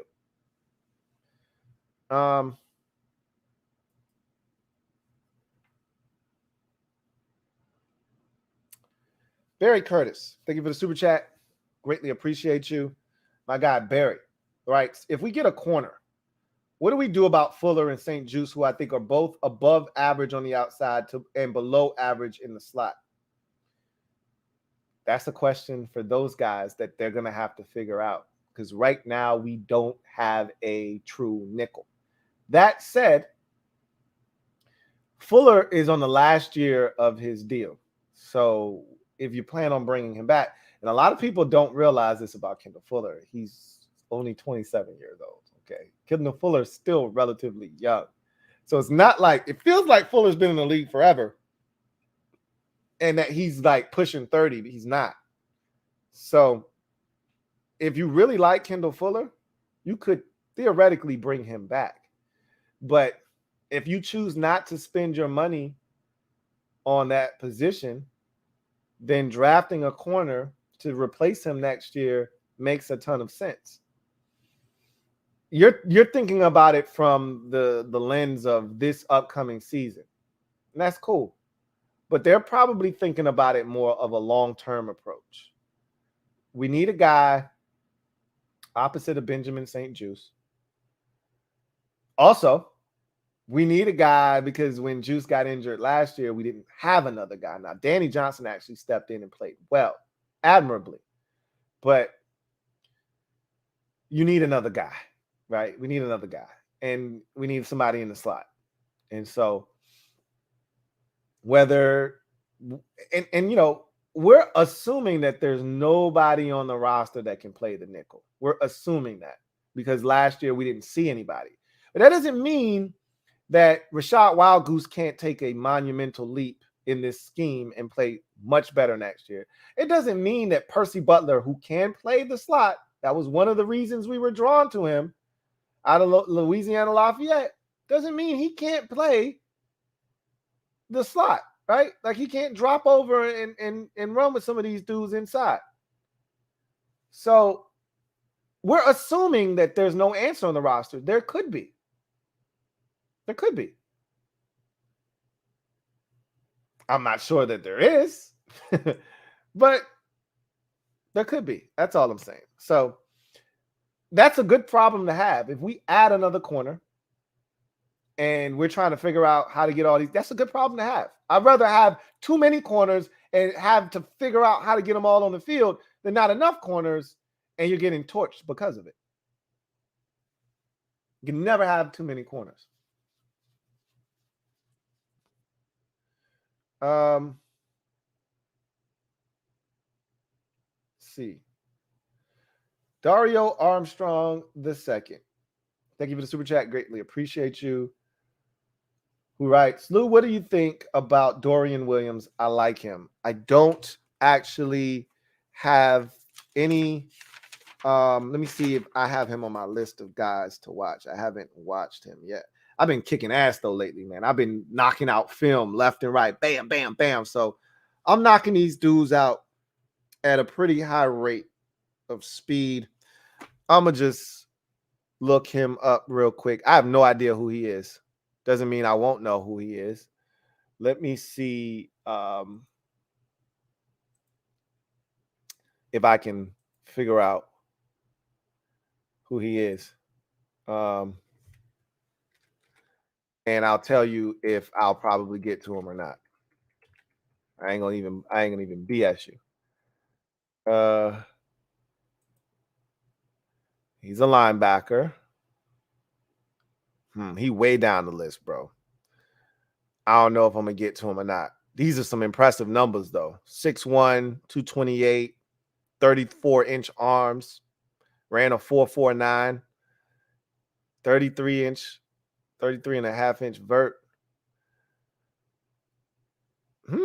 I mean, those are some intriguing numbers. I'd have to watch him. He's probably a day 3 pick, if I had to guess. Just looking how far down the list he would be. Yeah, he's not on my list of guys to watch. But what I can do is I can add him to the list right now. I always like when people throw names at me. If they're intriguing, I don't mind doing the work. Can't find my pencil. I'll just have to write his name in pen. Don't know where my pencil went. How about I grab another pencil? I don't like writing names in pen. So I will grab another pencil. And that one did not have any lead in it. So I'll grab this pencil. And I will add him to my linebacker list. Dorian Williams. All right. I got him down, and I will take a look at him and see what I think. Those numbers are intriguing enough that I shall take a look. OJ clap. Just make it clap. OJ clap. Stand up. You are the newest member of the MOBB. Glad to have you on board. Mob, y'all know what to do. Show OJ some love. Welcome him with open arms. So glad to have you aboard in the as a member of the MOBB Mob. Y'all know what to do. Welcome to the squad, OJ. Clap. All right. Let's see. John Perez, thank you for the super chat. Greatly appreciate you. Thank you for being a member. Or my guy, JP, what's going on with you? He says, what's going on, Lou? What's going on, JP? Late to the program. Any idea if Devin Witherspoon or Christian Gonzalez would be there at 16? And would you trade up for someone? Nah, I'm not interested in trading up in this particular draft class. You just let whatever happens happen in front of you, and you react to it. I don't think this is the kind of draft where it necessitates trading up for a player. You just let whatever happens happen in front of you, and you react and respond to it. If it's favorable, great. You got a gift that fell into your lap. If not, you adjust. That's what you do in the draft. So if you absolutely love a player and he's getting dangerously close, maybe a pick or two away, yeah, maybe you pick up the phone and see what it is that you may have to do to get up to get him. But I think this is one of those drafts where you just let it play out. As far as Witherspoon or Gonzalez is concerned, I really believe Gonzalez is going to be the first corner off the board. So my answer for him is no, he won't be available. Witherspoon is interesting, had the injury and didn't perform at the combine. I still don't know if he performed at his pro day or not. I think he had to put together a personal workout for scouts. Let's see. See if he had a workout already. Yep, it was a day ago. He had a private workout because I remember the Illinois pro day was so close to the combine. I'm like, it's no way. If he wasn't ready for the combine, he's going to be ready for the Illinois pro day. And he wasn't. So he put together his own private workout. He ran a 4.42 at that private workout. 5'11", 181, ran times of 4.46 and 4.42 at his private workout in Illinois, according to Daniel Jeremiah. Those are not special times. They're perfectly fine, though. But those were the questions that people had about him. No, they didn't question anything else of him other than can he run. The physicality is there, the ball skills, staying in phase, all that good stuff.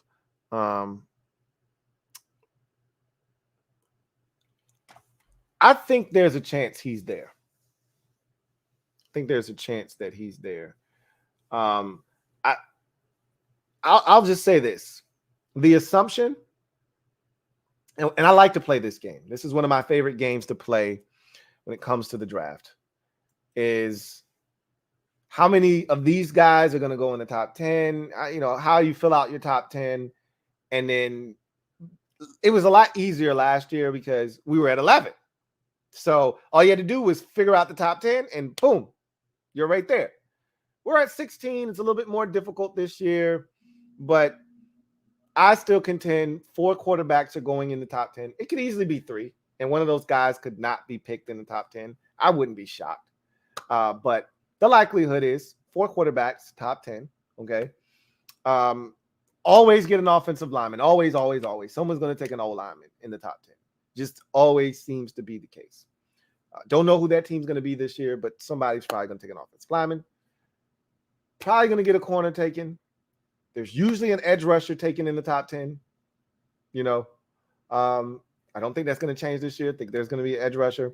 We know Will Anderson is going in the top 10. That's an edge rusher. I think Jalen Carter, I'm still convinced he's going in the top 10. That's a defensive tackle. And I think somebody's going to take an offensive lineman. Could be Peter Skoronski. Could be Paris Johnson. I think someone's going to take an offensive lineman. Okay. So between Will Anderson and Jalen Carter, I think Gonzalez is going in the top 10. 4 quarterbacks, that's 7. An offensive lineman, 8.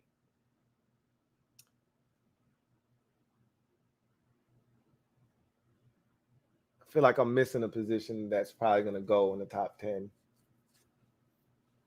I think those are the positions that I feel confident in, and the players that I feel pretty confident in as well. You probably throw another edge rusher in there. Why not? And then you kind of go from there.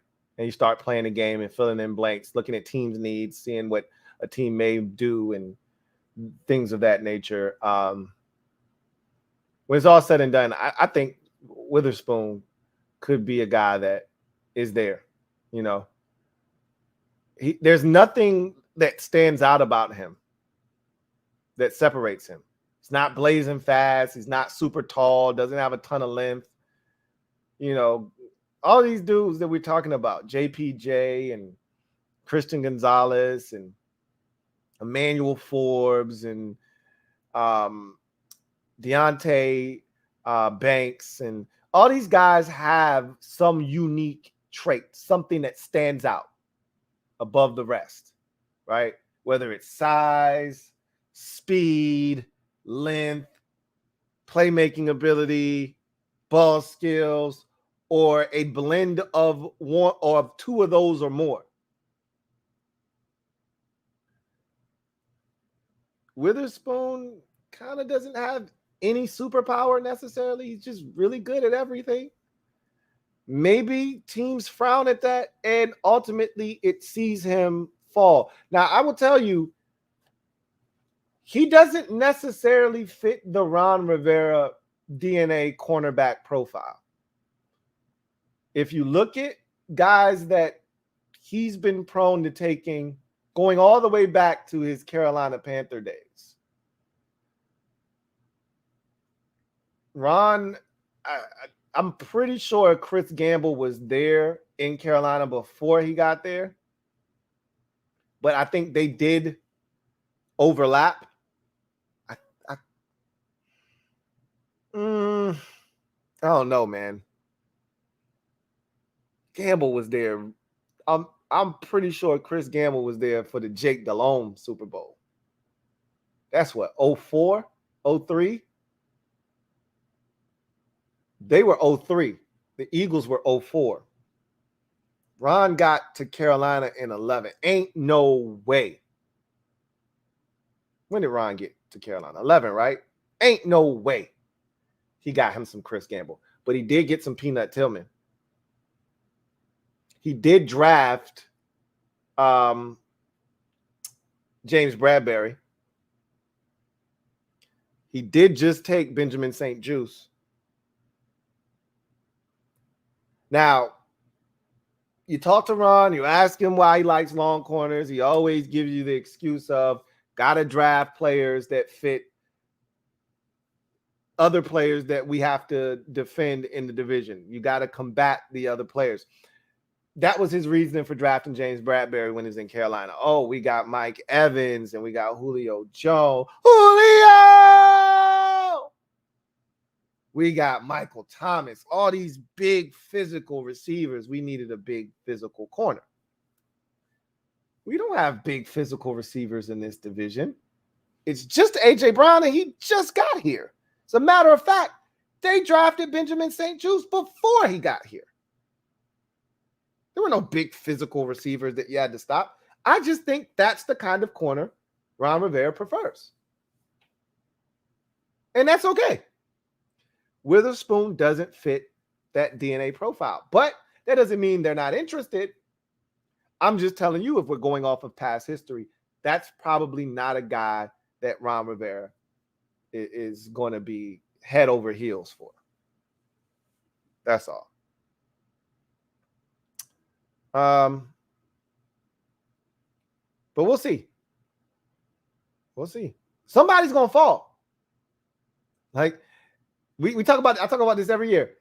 There are only 32 guys that can go in the first round, and that's not even the case this year. Only 31 players can go in the first round this year. Every year, we've got 17 guys going in the top 10. Only 10 guys can go in the top 10, okay? Somebody's going to fall.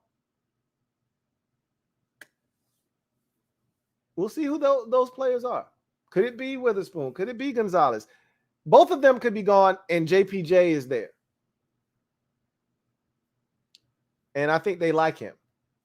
And I don't think they care about the handsy stuff because Benjamin St-Juste was handsy.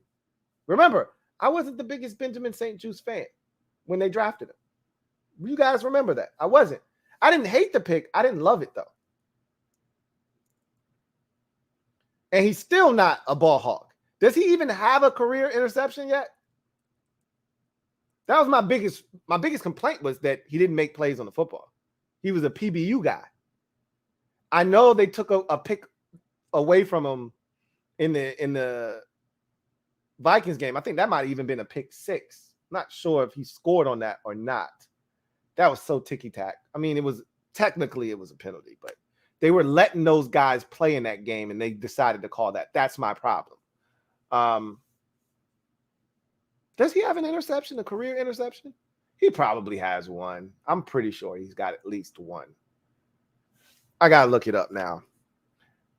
I know he's led to interceptions. He tipped one against the Vikings that Danny Johnson picked off in the end zone before halftime. He tipped one in the Texans game that Derek Forrest picked off. He's always around the damn ball. But has he picked one off himself? Benjamin St-Juste. Let's find out. My guess is that he doesn't have a pick. No, he does not. And that was my knock on him coming out of college, which is why Ron is hell-bent on getting guys that can take the football away because we really don't. Other than Kendall Fuller and Derek Forrest, it appears we don't have playmakers in our secondary. For all of the Cam Curl love, and I love him as well, and he's a Swiss Army knife, and he does so many little things that don't always show up on the stat sheet. there's a lot of shit that doesn't show up on the stat sheet because he's just not a guy that finds himself around the football since his rookie season. There's something to be said about guys that just find their way around the ball and know what to do when they're in the vicinity of the football. I don't know. We'll see what happens. Witherspoon is interesting because there are varying, reports on him as to how people feel.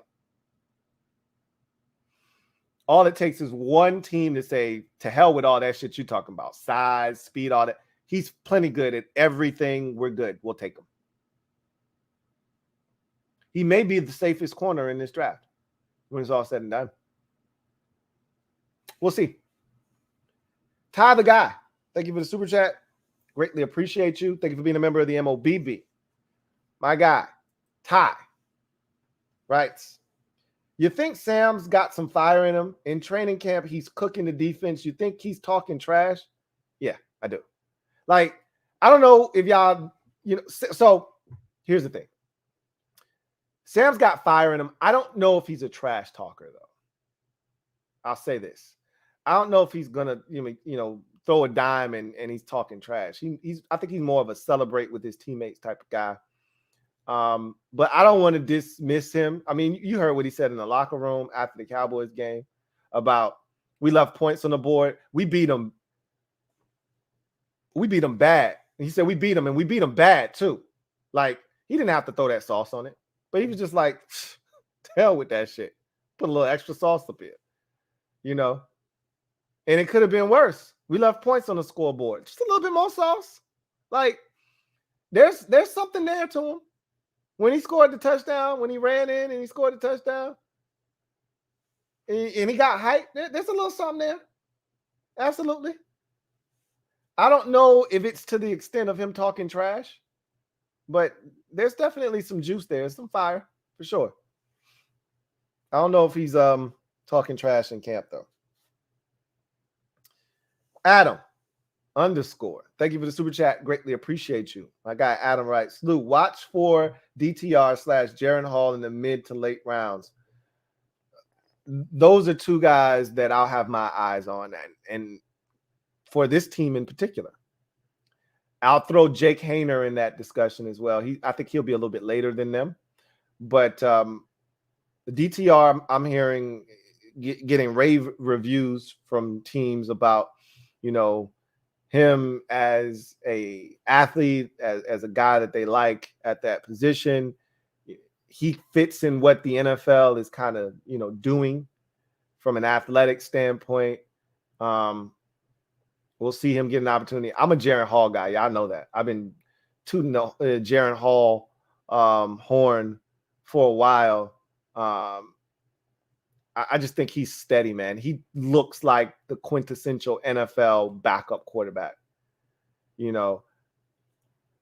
My biggest gripe with him may be that he's like a basic backup quarterback, like a Desmond Ridder type, where he ain't gonna really do anything. He's not really gonna move the needle. He'll go 13 for 19 for 112 yards, no touchdowns, no interceptions. Not turn it over, but you're just looking for a little bit more. But man, when he's locked in, I think he's got a chance to be really solid. So those are guys, and like I said, throw Jake Haener in that mix. Those are guys that I'll be looking at in the mid to late rounds for sure. John Perez, thank you for the super chat. Greatly appreciate you. My guy, JP. Double up. Thank you for doubling up. Who writes, sounds like the sale could take place in May, Lou. Danny Bag No Nuts is about to be gone and a lot of our and out of our lives forever. Party at Lou's house, perhaps? Absolutely not a party at my house. However, we'll be partying. All right. That's for sure. I've got something in store for you guys when that takes place, and all of you will have an opportunity to participate if you so choose. And you don't even have to leave your house to do it. So that will be a lot of fun. That time is coming. And it is going to be in May. Bart Scott. Can't wait. Video channel. Thank you for the super chat. Greatly appreciate you. Video channel writes, Lou, what's good? What's good, video channel? Can you see us drafting a day 3 fullback? Andy and Eric Bieniemy deployed it in Kansas City. The position has great value for blocking, short yard, and quick pass. Nope, I don't see them drafting one. And technically, I think he's still here. Let me take a look at the roster. But remember, they already have Alex Arma on the roster. Now, I could be wrong, and Alex Arma could be gone. I'm going to take a look right now and see if he's still on. He's still on the roster. Yeah. Alex Arma is still here. They're not drafting a fullback. They already have one on the roster. So could we see Alex Arma active on game days more often than not because of Eric Bieniemy and his belief potentially in a fullback? Sure. I could see that. Absolutely. But as far as I'm concerned, they won't. I don't think they spend any draft capital on a fullback, not when they already have one on the roster. John Livingston, thank you for the super chat. Greatly appreciate you, my guy, JL Smooth. Thank you for being a member of the MOBB who writes, Lou, Drew Sanders versus Jack Campbell for us at 27. Love Jack Campbell's size, length, but Drew can come off the edge, and it just seems like an absolute dog. Just sick of hearing the Robinson talk to Buffalo. I don't think you're going to select a first-round running back. It just doesn't seem to fit in the grand scheme of what I've seen you guys building out there. From Motor to Cook to the Utah kid that you guys had at one point. It just, I don't see you investing a first-round pick in a running back. You lose a big-time linebacker. I think you replenish with a big-time linebacker at 27. So I agree. I think it is going to be a linebacker, and it's just a debate on who fits what you want to do. If we're looking at kind of the carbon copy of what you just had, obviously not from an athletic standpoint, but Jack Campbell probably fits the size, length, a mold of what you had previously, you know, with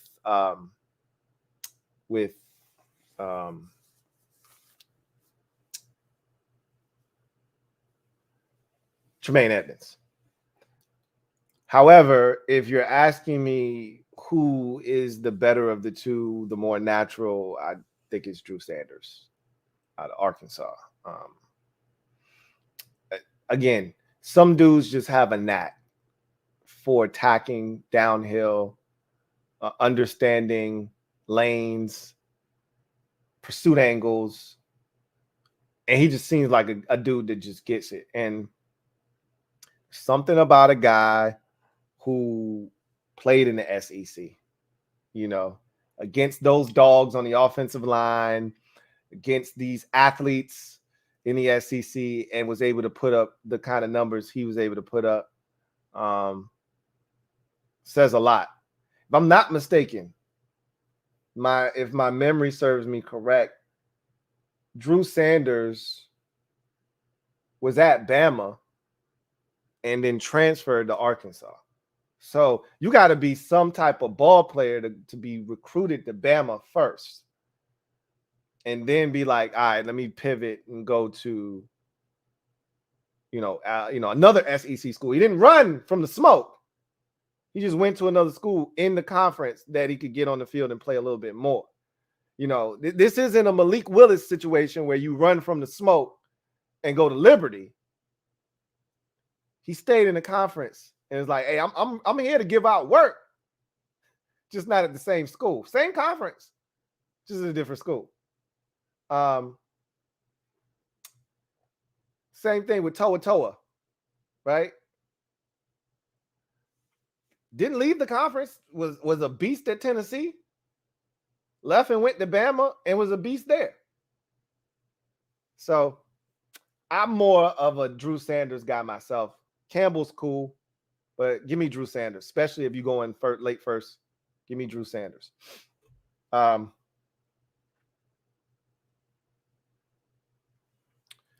the guy, thank you for the super chat. Greatly appreciate you. Double up. Thank you for doubling up. Ty the guy writes, got 2 hats. Gonna try and get Sam to wear / sign it when we're allowed to go see practice. It'll be lit. Shout out to my guy Ty for double up, doubling up on that hats. Again, send me a picture, man. If you got a hat, send me a picture. You got a shirt, whatever the case may be, send me a picture of you rocking the merch so I can put it up on socials, man, and represent. That'll be dope. That'll be dope. DC_dude. DC dude, thank you for the super chat. Greatly appreciate you. DC dude writes, Ron want to go BPA in the first. If Bijan Robinson is still on the board at 16, then he's the pick. Ron says it's important to add to the running back room. I can see Bijan at 16. What says you? 2 B-Robs would be lit. To me, there is no way in hell that could take place. DC dude. Here's why. If you love Brian Robinson, I meant to tell y'all this. I'm glad you brought this up, DC dude. So I'm watching film. I told you I've been like watching film at a blistering pace these last, call it 6 days or so. And I'm watching, I don't know who I was watching, but I'm watching Bama on offense against somebody. I was watching a defender for another team. Georgia, one of these other teams in the SEC. And I'm watching Brian Robinson run the football. So, of course, I'm watching some 2021 tape. And I said, that ain't the Brian Robinson I saw last year. And it hit me like a ton of bricks. Duh. He got shot, dude. I forgot. He got shot. He only missed the first 4 games of the season. Like, who does that?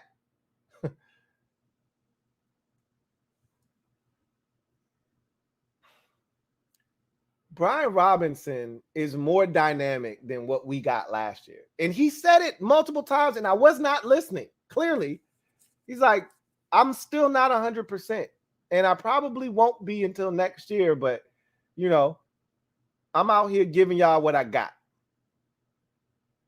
And it was still impressive. But I'm watching him in some of these games, and I'm like, that ain't a gear. I never saw that gear last year. Like, it wasn't a home run gear, but I'm like, you can hit some triples with that. That shit goes down the line, down the third base line, trickles over the bag, hits the corner, caroms. That's a triple. B-Rob can leg it out. He gonna slide in there. But he can get a triple. I don't know if he hitting too many home runs. But the B-Rob I saw last year won't hit no triples. You'd be lucky to get a double. And it occurred to me, hey, man, you ain't seen nothing yet. I love this dude coming out of Bama. And watching the tape reminded me why I loved him. Because in my mind, I was content with what we got last year. Like, yo, I know what he is. I know what he ain't. But I'm like, he's more than what we saw last year. He's more dynamic. So they love what they got from him last year, and they didn't even get the real B-Rob. He was more explosive in those first 2 preseason games that we saw him. Because he got hurt in that Chiefs preseason game. Didn't play in the Ravens game, and then he got shot right after that Ravens preseason game. He was dynamic in those first 2 preseason games. I don't think he got hurt. He just didn't play. They were resting him. He didn't play in that third preseason game. They didn't play many of the guys in that third preseason game. And he was one of them that didn't play. I just needed to throw that out there. So back to your comment, though. They love Brian Robinson. So much so that the thought of drafting Bijan Robinson would take carries and touches and opportunities away from a guy that they don't like, they love in Brian Robinson. Part of the problem in the locker room was that people thought Brian Robinson, this is where there was a disconnect with most of the locker room. This is part of what got Scott Turner fired. Is a lot of the veterans, a lot of the leaders on the team was like, yo, Brian Robinson needs more touches. Brian Robinson, a rookie, spoke up and said, that's above my pay grade. But I can tell you this, I don't love the play calling. We all remember that. I talked about it. I was like, yo, B-Rob getting a little saucy out here, and he should. They're not taking carries from that young man. Okay? If anything, they want to feed him a little bit more this year. They're not so Bijan Robinson is a 3-down running back, although I don't necessarily love him in pass protection. He's not afraid of it. He's just not all that great at it, but he's not terrible. But he's a 3-down running back. You get Bijan Robinson, there's not a lot of space for Brian Robinson. There's no way. That's not even in consideration. I'd tell you right now, I'd bet any amount of money that Bijan Robinson isn't even a thought for this team at 16. Not even a thought. They could trade back to 25 and he still wouldn't be a thought for them. BPA doesn't involve running back. Not at 16. I'd tell you right now, and I've said this, and I'm sticking to this steadfast. They'll draft a running back in day number 3 of this draft. Absolutely. Again, Antonio Gibson is a free agent after the season. You need a replacement for J.D. McKissick. I expect them to draft a running back. This is a deep running back draft class. They don't have to do anything in the first 2 days, and they can still come away with a quality running back in this year's draft class. Bijan Robinson isn't even on the board for them. Again, I could be wrong, but I feel pretty confident in making that assertion. Adam, thank you for the super chat. Greatly appreciate you. Double up. Thank you for doubling up, Adam, who writes, would be cool with Hacksaw Max Duggan late too. LOL, anyone to compete with and push how. I'm not a Max Duggan guy. He stinks to me, man. And look, I can be alone in that assessment. I've talked to more Washington fans that like him than feel the way that I feel, and that's fine. I told you, I don't mind going out on limbs, hence the hat that you see in front of you. Clearly, I don't mind going out on a limb. All right. I don't like Max Duggan. He doesn't do anything for me. He doesn't move the needle for me whatsoever. He's cool. And if you put him in the right hands, maybe he serves a purpose. He serves zero purpose here. None. There are better backup quarterbacks that you can find in this draft than Max Duggan, if you ask me. I'm cool on him.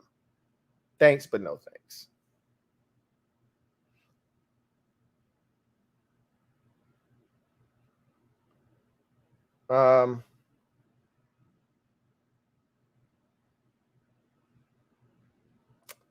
Let's see.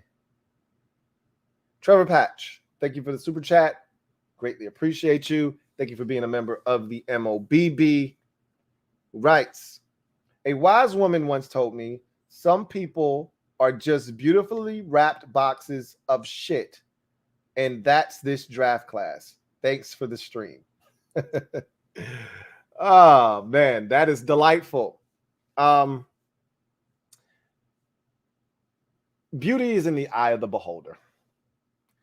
That is the case with every single draft, every single draft choice, every single year. we could sit here and complain about the lack of this or the lack of that, or this, particular position doesn't have a lot this year. This position is loaded this year. At the end of the day, 251 players are going to be selected. 8 to 10 of them are more likely than not going to call themselves commanders at the end of the day. And we'll see what they end up with and see if these guys can contribute in some way, shape, or form. And if they can help this team get better a lot sooner rather than later. But I think this is a draft that doesn't have top tier talent, but the depth of the draft is solid. It's not as deep as it was last year, obviously. But I think there's a lot of solid guys that you can find in the draft, 2nd through 5th. I'm interested to see, once you get into that 6th round range, how much real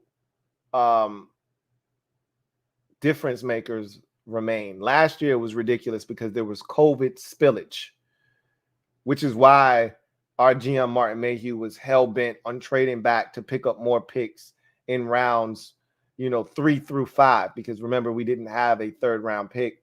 And he said that's where the meat and potatoes of last year's draft was. That's where the depth was. I don't know if they'll feel that way this year. I don't know if they'll feel compelled. Also, having that compensatory pick in your back pocket alleviates the stress and strain of, hey, we got to pick up a 3rd rounder somewhere along the way. So, I don't know. We'll see. This may end up being a really good draft. Who knows? Mike Lowry, stand up. You are officially the newest member of the MOBB mob. Y'all know what to do. Show my guy Mike Lowry some love. Welcome him to the squad with open arms. Look forward to chopping it up with you. We always chop it up if it's the same Mike Lowry. I think it is. Then we chop it up all the time anyway. But it'll be a little different. It'll hit different as a member of the MOBB. Welcome to the squad. Mike Lowry. Joe Rockhead, thank you for the super chat. Greatly appreciate you. Double up. Thank you for doubling up. Who writes, any thoughts on Owen Papo, linebacker, any legit slot cornerbacks? Haven't gotten to him yet. He is on the list, however. So I'll probably get to him, if not by the end of this week. Well, not end of this week. It's almost over now. If not early next week, late next week, I'll probably be through him already. Any legit slot cornerbacks? There are a number. Let me look at my list. I can give you a couple of names of guys who probably fit that bill. Jacorian Bennett out of Maryland, who was one of the faster guys at the combine, is a nickel. Tre'Davious Hodges Tomlinson from TCU played a lot of boundary, but I think his calling in the NFL is going to be in a nickel. DJ Turner out of Michigan, another burner from the combine, probably going to be a nickel. Clark Phillips III played a lot of boundary at Utah, probably going to be a nickel at the next level. There are also a couple of dudes that are safeties, like Jamie Robinson out of Florida State, probably going to be a nickel as a safety, but can play some nickel, can drop down and play some nickel. There's going to be a couple of those dudes. Obviously, Brian Branch, if you consider him a safety, he's going to play some nickel. So it's a number of those dudes that are going to be in a draft that are going to end up being nickel corners. And we'll see how they fare. I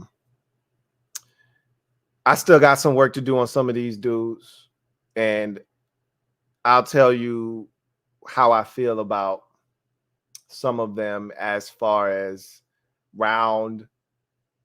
Like I've already done the work on Clark Phillips. I think he's a 2nd round pick. I think he's capable of playing inside and playing nickel, but he's more comfortable outside. And not everybody's, just because you're small, it doesn't mean you're best suited to play inside. I think a great example of that is Danny Johnson. I think Danny Johnson's best football probably outside and on the boundary. It's the best we've ever. Danny Johnson played well as a nickel. They didn't give him a contract. Now, they didn't have to, but they didn't. Danny Johnson played his ass off. They cut him. Remember, they cut him last year. Okay? Because he wasn't good in the preseason in the nickel. He played his ass off as a boundary corner last year, and they gave him a 2-year deal. Okay? This is the best football we ever seen Danny Johnson play. So I'm pretty sure the versatility helps. He can play inside and outside, but he played his ass off in the absence of juice late in the season. And I think they're going to be, looking to see what they can do if they need to do something. Another example, Jimmy Moreland. We all just tried to push him inside because he was short. His best football is outside. Clearly. And the best we got out of Jimmy, the pick against the Eagles in week 1 in 2020. It's a boundary pick, man. So we'll see about Clark. Clark Phillips III, but it's going to be some nickels in this draft, some quality ones at that. I'm pretty sure. I've heard some names. I need to see them for myself, though, because I don't always go with the flow. I don't always go with the crowd because that's what they say. I got to see it with my own eye. And I don't know. I'm not always right when I do that, and I'm not one of those just for the sake of being different type of guys either. If the dude's nice and everybody say he's nice and he's nice, he's nice. I don't need to, try to, be different. But if he like Bijan Robinson, he all right. He all right. He ain't all that to me. He all right. I mean, he's a 1st round running back, but he ain't Christian McCaffrey and he ain't Saquon Barkley. And to me, those were the last 2 top 10 running backs I've seen come into the league. Legitimate top 10 running backs. He ain't one of them. Anyway, I digress. Off to another world. Thank you for the super chat. Greatly appreciated. Thank you for the super sticker. Double up. Thank you for doubling up. Greatly appreciate you. Off to another world. I'm going to read this anyway, even though you just blessed me with a sticker. Even with it being a need, not picking Bijan Robinson would be criminal. I get the narrative of not picking a running back or not having a need, but this guy right here is better than Saquon Barkley, in my opinion. I don't agree. I think he's got better balance than Saquon Barkley. Barkley always seems to be on the verge of falling over because he runs on his toes, but Bijan isn't nearly as fast as Saquon. I don't think he's anywhere near as dynamic as Saquon. I watched the dude run Bijan Robinson down from behind, and you saw that at the combine. He only ran, a 4.48 or something like that, 4.46. He's not a blazer. He's fast, but there's levels to this speed thing, right? Saquon is every bit as good a receiver as he is. Saquon's a better athlete than him. I think Saquon's more powerful than he is. I think he's better in the agility department than Saquon. Because Saquon, I think his thighs are so big that sometimes they get in the way of him trying to cut. But he's a little tight in that regard. But Saquon's a beast when he's healthy, man. I don't see him being better than him. I think he's like a Josh Jacobs type. And Josh Jacobs is really good. That's what I'm saying. He's really good. But Josh Jacobs isn't a top 10 like pick back. And I don't think that's the case with Bijan Robinson.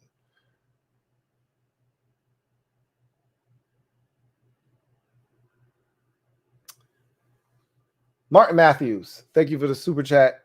Greatly appreciate you.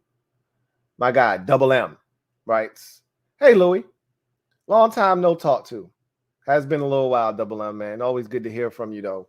He says, still love your show. I appreciate that, man. Always love the support. Says, let the folks know that we already picked a 160-pound, one rep of 225 at the combine cornerback, and his name was Fred Smoot. Stop playing Commanders and get Forbes. You know, Freddie loves the kid. Now, obviously, too, what helps is he's a Mississippi State Bulldog alum, and that's where Fred Smoot went. So, you know, right then and there, there's a connection. But, you know, Fred can also identify with the size. And I don't know if Forbes is a trash talker. That was always Fred's thing. Smoot smack, as we used to call it back in the day. I don't know. Like, that nostalgia doesn't matter. They're not going to pick him off of the strength of, you know, the ghost of Fred Smoot. But they, I think off the strength of his ball skills, that might get him selected. Because, like I said, Ron was very adamant. Hey, we need playmakers in the secondary, dudes that can take it away. One of the most frustrating things about being a fan of this team the last few years is the lack of turnovers. We get them in bunches, but boy, do we go on droughts, man. We got them in week 1 against Jacksonville. I don't think we saw another turnover until like week 6 against the Bears. Okay. I mean, we had a couple taken away from us in the Cowboys game, but it just ridiculous. And then we'll go the next 3 weeks and we'll get 2 or 3, you know, in each of those games. And then we'll go another 4 or 5 weeks and we'll go on another drought. I mean, that's what we do. So, because I want to say after that week 6 game, I think we had a turnover. We forced a turnover every game, I think, except the Vikings game. I lied. We forced a turnover, the Danny Johnson pick in the Vikings game. We didn't force a turnover, I don't think, against the Packers, if I'm not mistaken. I could be wrong about that. I know Aaron Rodgers didn't throw a pick, and we didn't even touch him, let alone sneeze on him. So I know he didn't fumble. That doesn't mean one of their receivers or running backs didn't fumble, but I don't think we forced a turnover against the Packers. But we definitely forced one against the Bears. We definitely forced one against the Colts. Don't think we forced any against Green Bay, but we forced one against Minnesota, and then we forced a boatload in week 10 against the Eagles. We forced one turnover against the Falcons. It was a big one. It was the clincher. And then we forced a few turnovers against the Texans. And then I think the faucet got turned off after that. We played the Giants the first time in week 13. And I'm pretty certain we didn't force a turnover in that game. I lied. Daniel Jones fumbled on the first possession of the game, I think. That was it. We had our opportunities, but we forced one. We didn't force any in the second Giants game, and I think that was the drought that ended the year until the last Cowboys game. We didn't force any against the Giants the second time. We didn't force any against the 40. I don't know. We did force one against the 49ers. We picked Brock Purdy off early in that game.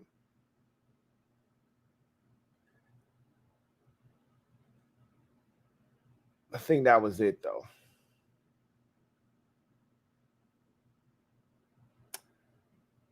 We didn't force any against Cleveland, and we did force one against the Cowboys, the pick 6 against Dak. So we had a lot more games where we had at least one turnover last year, but I'd venture to say that in the plus minus category, we were probably bottom third of the league with the amount of turnovers that we had offensively and then the lack of getting them in return, because I just gave you all those games and most of them we forced one. But most games we were giving it away 2 or 3 times, or we break even. There weren't many games. Remember, the running joke was Heineke's going to turn it over. It's just how many times can we limit it to just one, and can we get it out of the way early so it's not back breaking late in the game? That was the running joke. So you knew we were going to turn it over every week. I think we may have had 3 clean games all season, 3 or 4 max. I think that's high. That number's probably more like 2 or 3. The Texans game, I think, was one of the few clean games we had. He tried to throw a pick. He tried on the first possession, and the rookie out of Baylor couldn't catch. Jalen Petrie threw it right to him. He dropped it. We turned it over, obviously, in week 1. I don't know why I'm doing this, but I do this to myself. I got to do it now. We turned it over in week 1. We turned it over in week 2 against the Lions. Wentz had a pick there. We definitely – did we turn it over against the Cowboys? I know we played so scared in that game, it felt like he didn't turn it over. We just never really threatened him because Wentz was playing so scared. Not sure if we turned it over or not in that game. I'm not sure. Feels like we turned it over at some point, but I'm pretty sure he threw a pick in that game. I'm going to check. I feel really confident. Late in that game, Wentz threw a pick. We were like slightly out of it, but not quite. And then he threw a pick to make sure that we were out of it.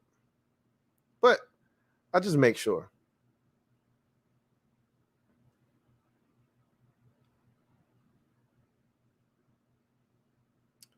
Let's see. Game splits.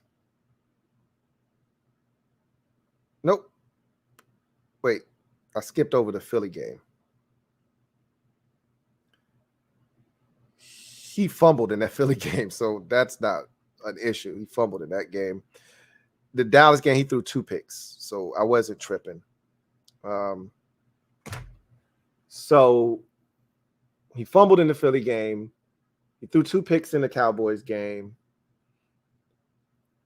The Titans game, he threw the back-breaking pick there. Week 6 against the Bears. I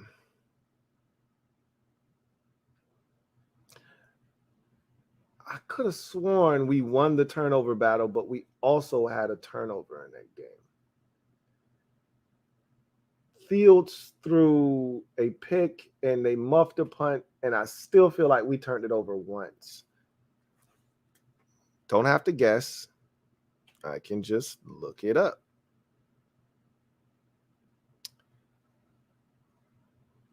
He did not throw an interception, and I don't think he fumbled in that game either. Any turnovers in that game, we would have lost. So I think that's a clean game. The following week against the Packers, Heinicke had a first half to forget. So we turned it over there. Then you had the Colts game. Heinicke turned it over in that game. There aren't many games where he didn't turn it over. Week 9, obviously the back-breaking pick he threw in that game. Week 10 against the Eagles, he threw a pick in that game. Trying to throw it deep to Terry. He threw a pick to Chauncey Gardner-Johnson. Week 11, that was the other clean game. Well, not week 11. That was the Falcons, right? Or was the Texans? Nope, the Texans was week 11, because I remember that was the letdown week where we had to fight against the letdown after the emotional week 10 victory. He threw he didn't throw a pick. He tried to throw a pick. That's the second clean game. I think that's the last clean game of the season, honestly. Threw a pick against the Falcons right before half. It was a dumb pick. Definitely turned it over against the Giants. I'm trying to think. Strip sack, first possession of the second half, changed that game. Both Giants games, strip sacks, changed the course of those games. Strip sack, first possession of the second half, the only touchdown the Giants scored in the second half of that game. Second game against the Giants, obviously, strip sack, fumble, touchdown there. Obviously, he turned it over a bunch of times against San Francisco because he got benched. Wentz was abysmal against the Browns, and then Howell threw the pick against the Cowboys. So 2 games we were clean in last year. And when we turn it over, it's usually 2, 3, or 4 turnovers. It's not 1. You know, we force 1 turnover, but we're giving up 3 or 4 of them puppies. All right. How many games do we have 3 or more turnovers? This is the last thing I'm going to do, and then we'll get back to the comment section. This is the last thing I'm going to be extra on. I got to do this. I'll go in reverse. Multiple turnovers against the we'll go 3 or more. We'll go 3 or more. 3 or more against the Browns in week 17. 3 or more against the 49ers in week 16. No against the Giants both times. No against the Falcons. No against the Texans. No against the Eagles. I think we had 2 in that game.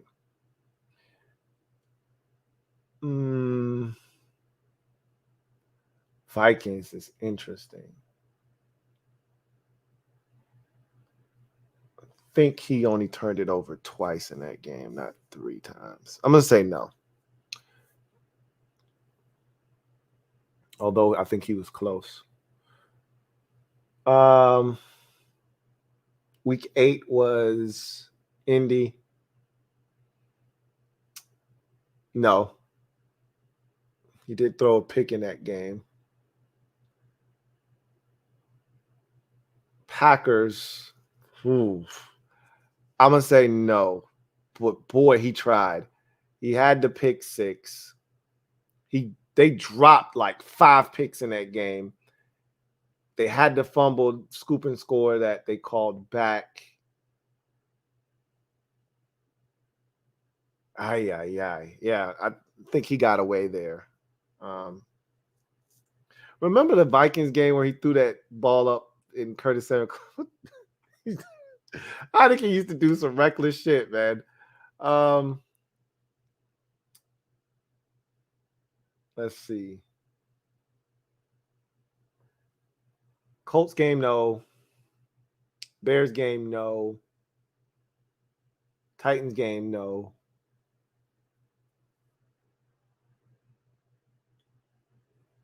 Cowboys game, no, even though he had 2 picks. I don't think he fumbled in that game. I don't think. Eagles game, no. Lions game, you had the interception, the safety. I count that as a turnover. Did he fumble in that game too?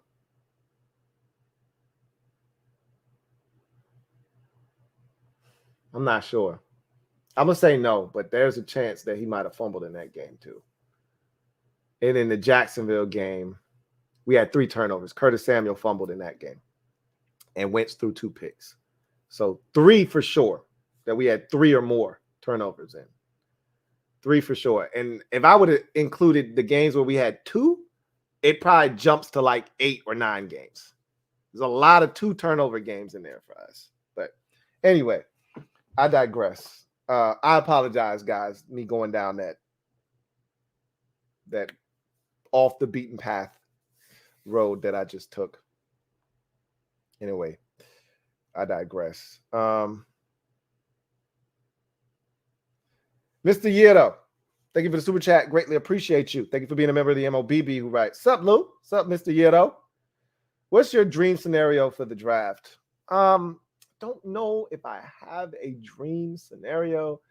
the player I would most like us to select will probably not be there. I am a massive Christian Gonzalez fan at the cornerback position.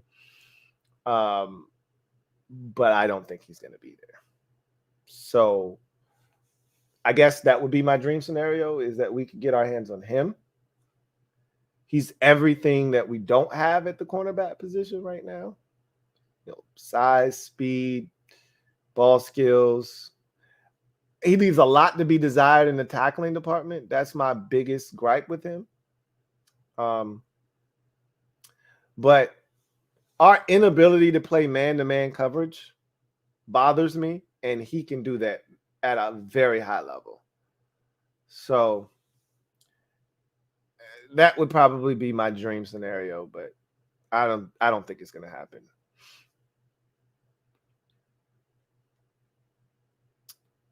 John Perez, thank you for the super chat. Greatly appreciate you.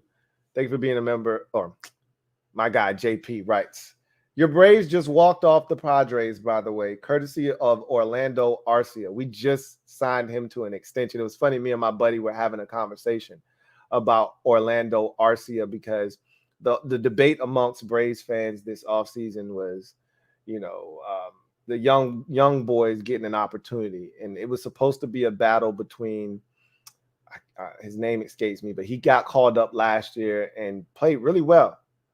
And then there was another young boy that was getting an opportunity, and one of them was going to win the battle, we thought. And both of them got sent down to the minors. And we was like, what? And then Orlando ended up getting the nod. And I told my boy, I was like, Orlando is nasty. He's been a utility guy pretty much his entire career, never really given an opportunity to play every day. But Orlando is nasty, and he's getting the opportunity, and he's been excellent to start this season off. He said, Red Sox got a dub over the Tigers today. Adam Duvall has been great for us. I saw him have a walk-off the other day for y'all. You're going to love Duvie, man.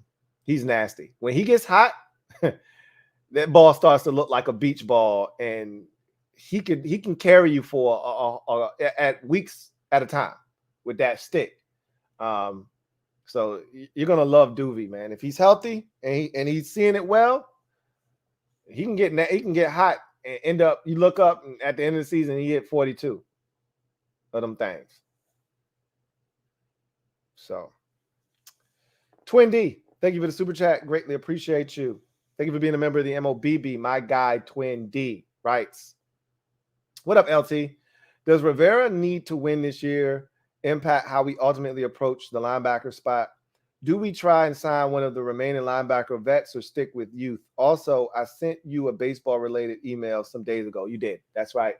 We're going to link one of these days. I don't want you to send me a bottle of wine. We're going to sit down, and you're going to buy me my drink, and we're going to chop it up. Don't worry. We're going to link one of these days. I'm getting out of the house soon. Okay? I assure you of this. I'm getting out of the house. A lot of us are going to meet face to face. Don't you worry. I did see the email. I told you I got to get better about that. I saw the email, but I didn't respond. It's almost like I think you have telepathy. I saw the email and that I didn't respond. No, I actually have to respond to the email. That's my fault. I apologize. I got to be better. Anyway, I do think Ron's that's probably what I've been most impressed with. It may ultimately be his downfall, but I've been impressed with Ron's ability to not allow the sale of the team or his impending potential firing. Let's call it the potential hot seat that could get hotter with new ownership, to not deter him from continuing to build this thing the proper way. He could have taken a knee-jerk reaction and approach to this thing and just started trying to win now, because we should be winning by now. But when you don't have a quarterback, you can't win a damn thing. Doesn't matter how good your roster is. You just continue to build, and he's going to put his faith in Sam Howell. that could be to his detriment. He could ultimately get him fired, but I love him staying the course. That's been his message, right? Stay the course. You know, the process. He's talked about the process. Well, he's sticking to the process. I hope it pays off huge dividends for him.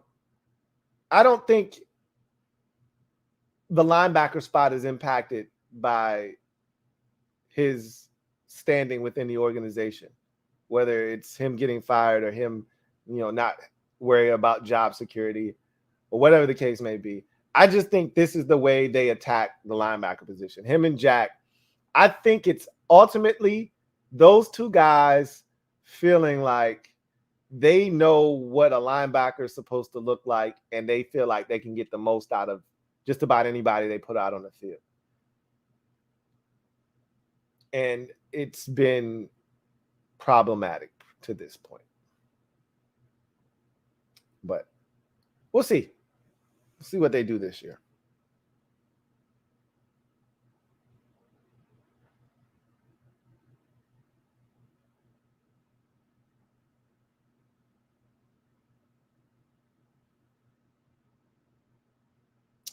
Quentin Ruiz, thank you for the super chat. Greatly appreciate you.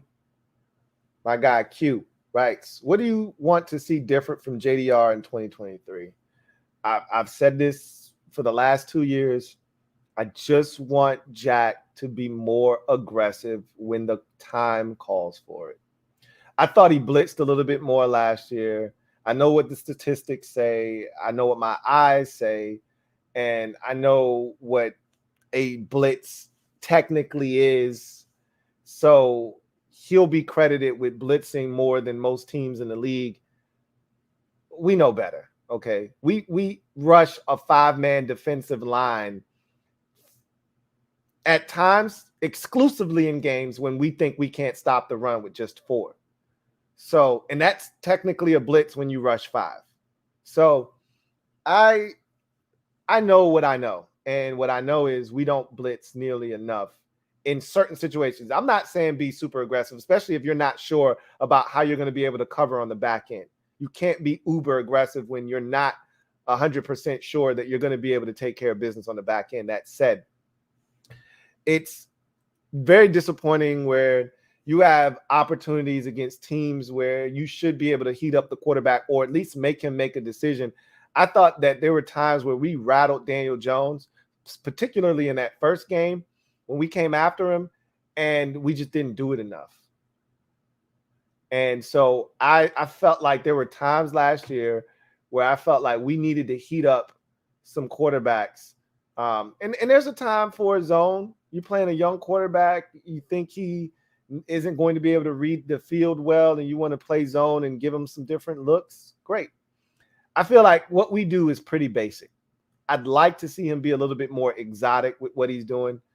I just think we play basic defense, and against better teams with good quarterbacks, they're going to eat that shit alive. What stuck out to me like a sore thumb was Aaron Rodgers last year when, Pat McAfee asked him, or it might have been Clay Matthews, one of those two guys asked him on the Pat McAfee show, what did Washington do? Rodgers said nothing. Played basic coverage, didn't do anything. Exotic didn't do anything. They were pretty basic. They didn't do anything. It was all us. And he wasn't wrong. They dropped passes. He missed open receivers. They had a shit game. That wasn't because of us. We barely even breathed on Aaron Rodgers in that game. Barely touched him. I was all excited because we were starting to get pressure on the quarterback consistently, and the Jets had torn him a new asshole the week before. I was like, oh, yeah, we about to get all in Aaron's mix. We didn't even touch him. And it wasn't because, they went to the quick game. Yeah, they had some quick game. They got rid of it quickly, and they got it out of his hands. But there were some times where he stood back there patting the ball, and we didn't touch him. I just think sometimes our defense is too basic. You want to know why Daniel Jones is able to carve us up? Because we don't make shit hard. We don't make shit hard. Basic coverage. They know what's coming. He knows where to go with the football. We don't make it hard on you. If your offensive line can protect you for long enough, you can find an open receiver against our defense. I thought we did a better job last year. First of all, I thought we were fortunate. We got a lot more breaks, a lot of drop passes, a lot of errant throws to open receiver. Remember the Colts game?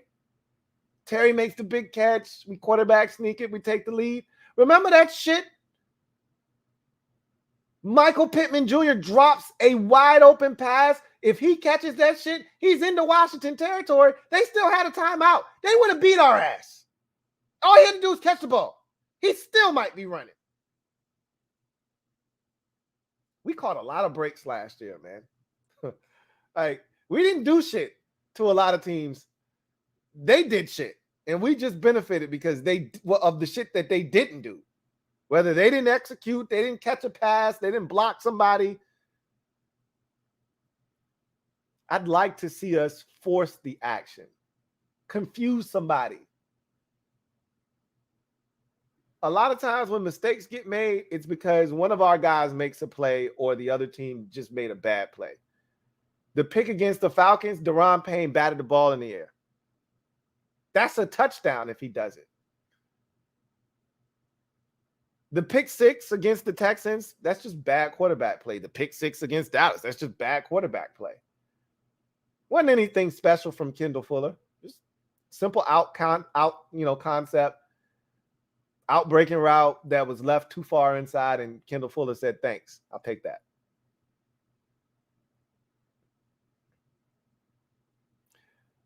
There were some plays where you go, hey, that's a hell of a defensive play, but those are too few and far between.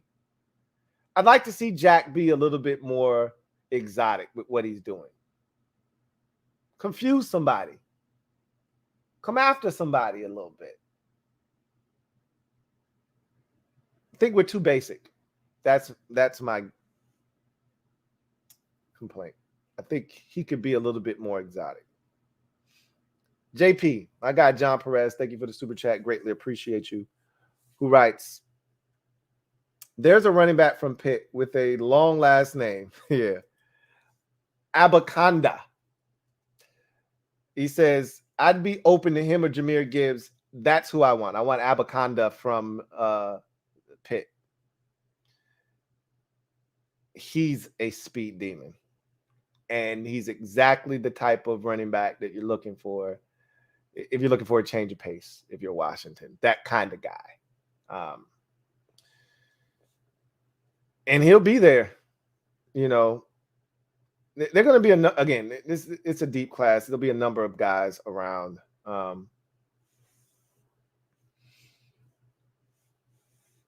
He'll be one of the guys I'll be keeping my eye on. Excuse me. So we'll see what happens. But yeah, that's who you're talking about.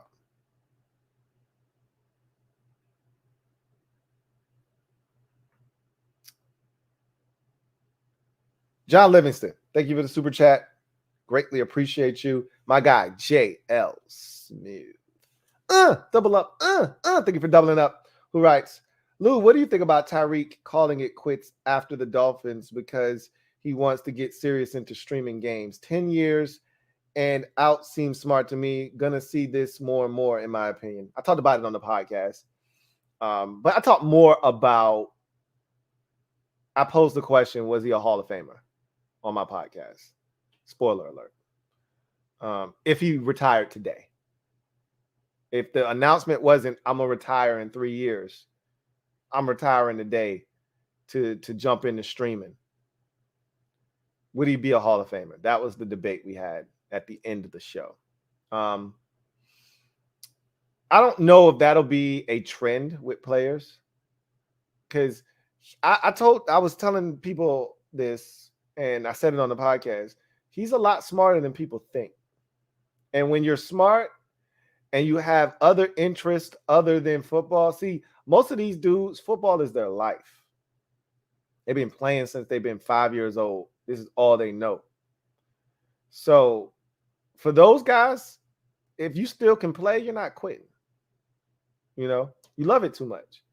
Tyreek Hill loves football, but he loves other aspects of his life. And there's so many things like he said in that interview, there's so many other things that he wants to do that, hey, I did what I needed to do. I made my mark. I made my money. Now I want to invest it in other areas, and I'm ready to get on to the next chapter of my life. If you have other things that you want to pursue, you'll see that. But I don't know if it'll become a trend. I'll say that. Dudes love the game too much.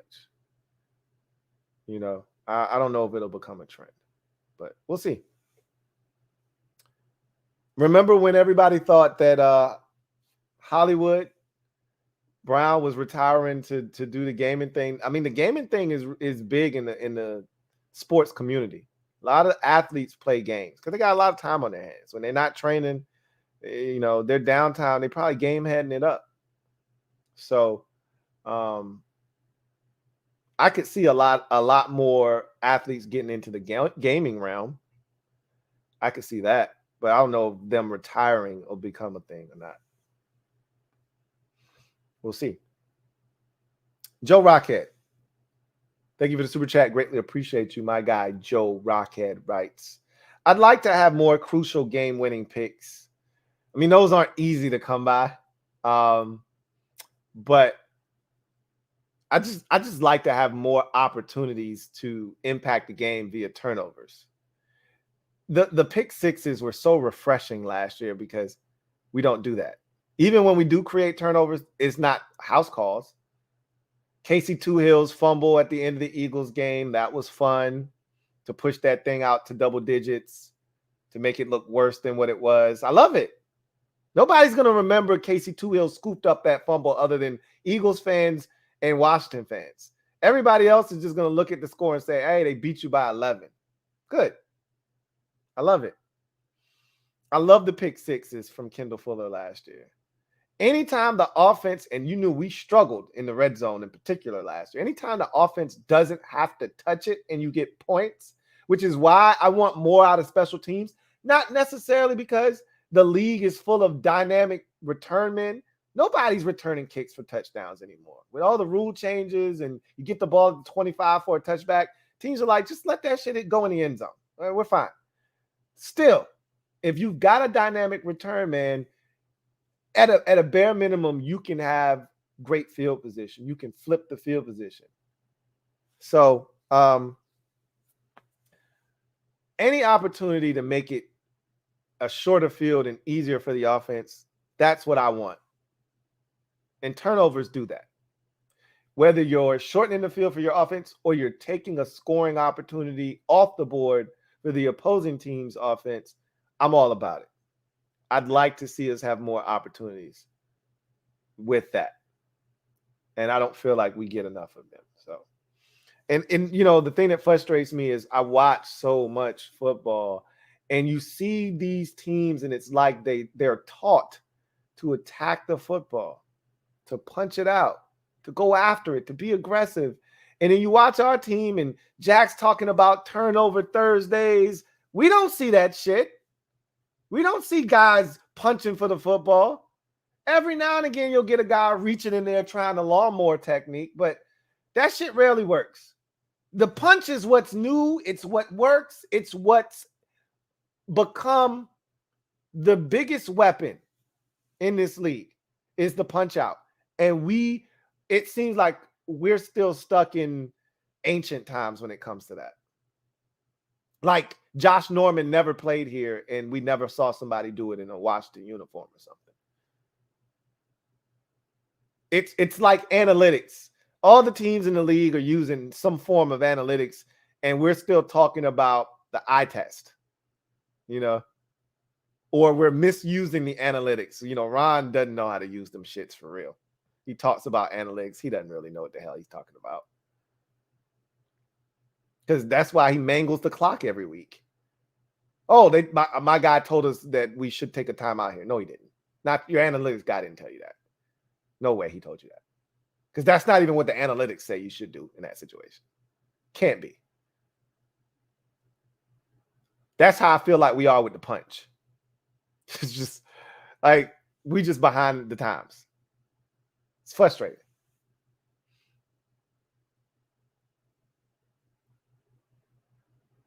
Twin D, thank you for the super chat. Greatly appreciate you. Double up. Thank you for doubling up. My guy Twin D writes, when was the last time two QBs were expected to go in the top 3 picks? Both had really good NFL careers. Not having looked closely, it seems like one of the two, if either, make it big. It's very rare. You're right.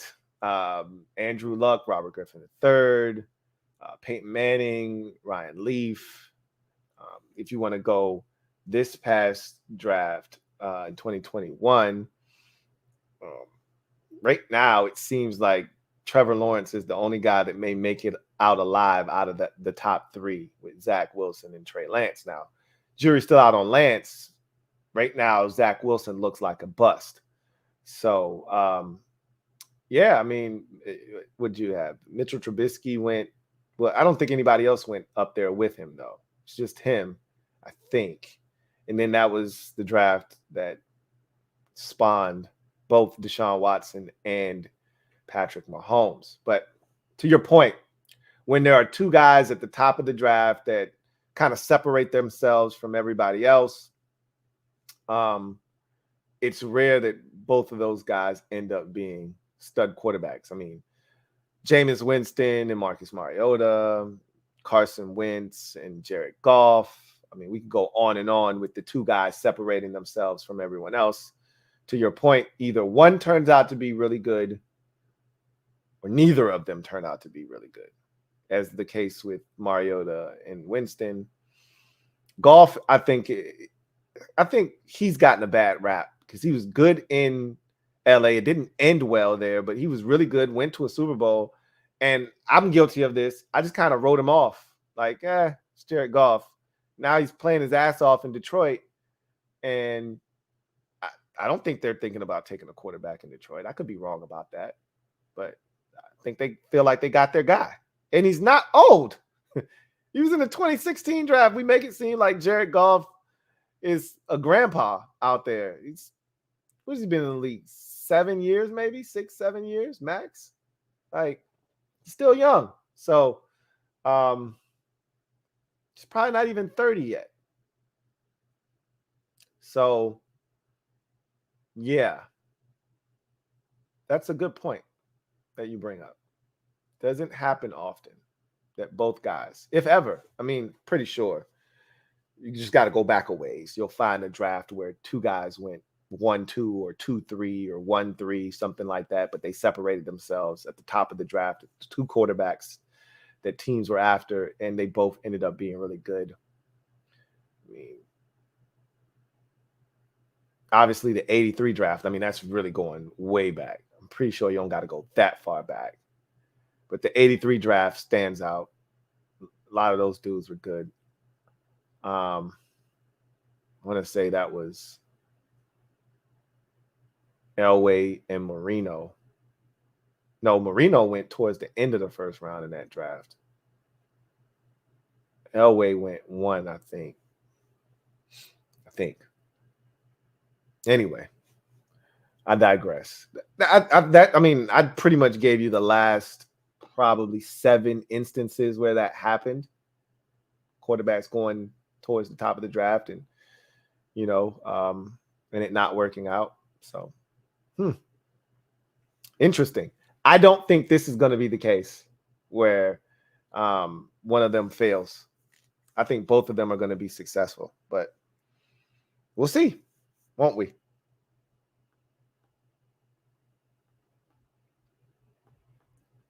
All right. All right. So that's the last super chat of the night, which means that's going to do it for me, your man Louie T, here on this installment of the Command Post. I appreciate each and every single one of y'all chopping it up with the kid tonight. I do want to say this. I saw in the comment section, Watt Holmes. I don't know if you're serious or not, but I'm just gonna assume that you are. You mentioned in the comment section that some tragedy struck you, and you lost someone that was near and dear to you. So my condolences go out to you, and I know you're getting some love in the comment section and in the chat, and that's the way it should be. But I want to extend my condolences to you as well, man. It's tough. Losing a loved one, someone you care about, is tough, always. And whether you're trying to prepare for it or it happens suddenly, it doesn't take away the sting. You can try to prepare yourself for death. It's damn near impossible. So just take it one day at a time, and just remember the good times, and do your best to honor that person by doing things the right way, the way that that person would want you to do it. So head up, man. Chin up. John Livingston, thank you for the super chat. Greatly appreciate you, my guy. 105.3 JL Smooth. Right. Lou, they're calling Diggs the best wide receiver ever to don a Bills uni. Love Diggs. He's great. But to disrespect Andre Reed, Eric Moulds, James Lofton is wild to me. Maybe I sound like an old head. I don't know. So,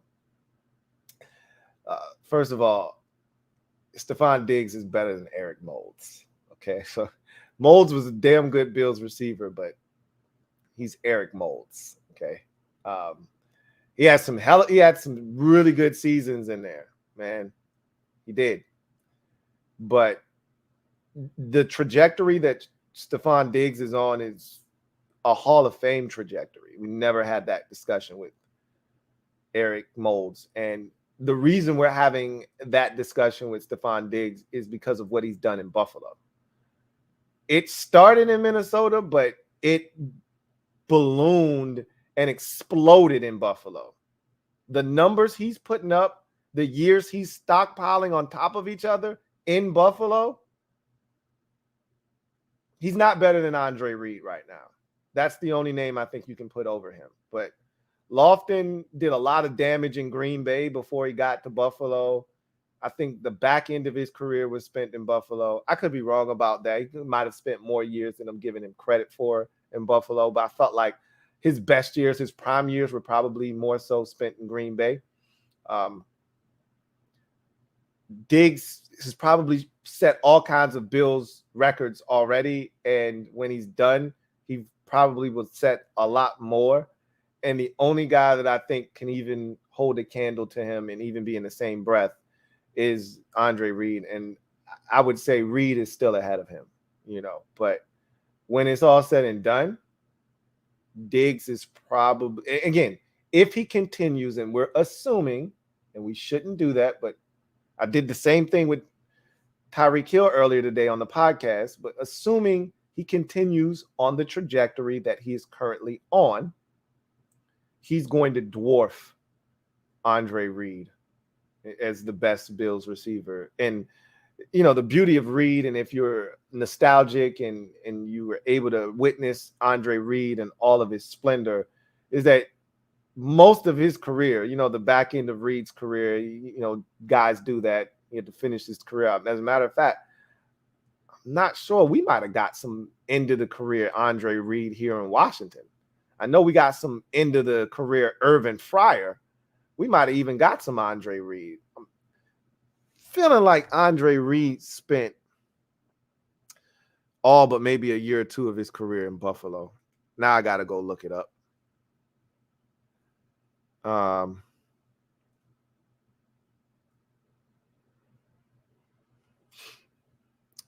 Let's see. Let's see what Andre Reed talking about. Last year of his career was a Washington Redskin in 2000. I'm nasty with it, man. I'm nasty with it. His first 15 years of his career, 1, 2, 3, 4, 5, 6, 7, 8, 9, 10, 11, 12, 13, 14, 15 were Buffalo Bill years. And then his last year in 2000 was with Washington. So in his career, and see, this is the part that's going to trip you out, right? In his career in Buffalo, he only had 4,000 yard seasons. That's it. Stephon Diggs has already had that in Buffalo, I would imagine. His best year in Buffalo, 1,312 yards. Stephon Diggs' first year in Buffalo. What do you have? 1,600 yards receiving or some crazy shit like that? Let's check out Stephon Diggs' numbers real quick. So just to give you, like, this is the kind of stuff you got to do. And I did a little bit of this earlier when I was talking about Tyreek Hill. So his first year in Buffalo, 1,535 yards. Now, I get it. Different NFL, more games being played. 2020 was still a 16-game season. All right. So Reed played 16-game seasons in his career. So it's not like he was playing 14 games or anything. Different, league. I get it. All that good stuff. But still, 127 catches, 1,535 yards in his first year. I mean, Andre Reed's best season, Diggs' worst year is 1,225 in Buffalo. So, I mean, he started it in Minnesota, but his last 3 years, which have all been in Buffalo, all over 100 yards receiving, all over 1,200 yards receiving, all over 100 catches. Catches, all over 1,200 yards, and no less than 8 touchdowns. So, if this continues, he'll be the greatest receiver in Bills history. But to say that right now is a slap in the face to some of the greats in Buffalo. But he's better than Eric Moulds and James Lofton. Let me look up James Lofton. I could be discounting how many years he spent in Buffalo. I really feel like James Lofton's best football came in Green Bay, and y'all got the tail end of his career. But I could be wrong about that. Yeah. His first 9 years were in Green Bay. Then the next 2 years were in Oakland, or LA, with the Raiders. And then he finished up his career last 4 years in Buffalo. So he doesn't even count. He's not even in the discussion. And I don't even think they were 1,000-yard years. Let me see. 91, he had 1,000 yards. I take that back. He did have 1,000-yard season in Buffalo, but his best years were all in Green Bay. The only other 1,000-yard season he had was in Buffalo in 91. So, yeah. This isn't an account. Let's look up Eric Moulds real quick. He had some big years. I would say that there's probably a 3-year stretch of Eric Moulds lighting it up for the Bills. Say there's a 3-year stretch where he went off. Eric Moulds played 10 seasons with the Bills. 4,000-yard seasons. And there was a stretch from 98 to 2002 where he had 3,000-yard seasons, all of which were pretty much 1,300 yards or more. And then the 2 where he didn't surpass 1,000, he was at 994 and 904. So there's a 5-year run in there where he was absolutely dominant.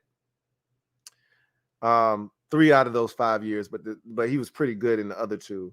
And then the 2 years after that, 780 and then 1,043, and then his career starts to tail off. So he was really good, but not Stephon Diggs good. All right. So again, I disrespected Moulds a little bit. He was a little bit, and I knew he was good. He's a little bit better than I gave him credit for, though. But again, Diggs is going to ultimately, if he continues on the trajectory that he's on, and he's got Josh Allen, I don't see that changing. I can't see how he won't be the best Bills receiver ever. And if you want to keep Andre Reed because of longevity, I just told you he played 15 years in Buffalo. Knock yourself out. Knock yourself out. But none of those other guys, especially James Lofton, not even in the same conversation. Fat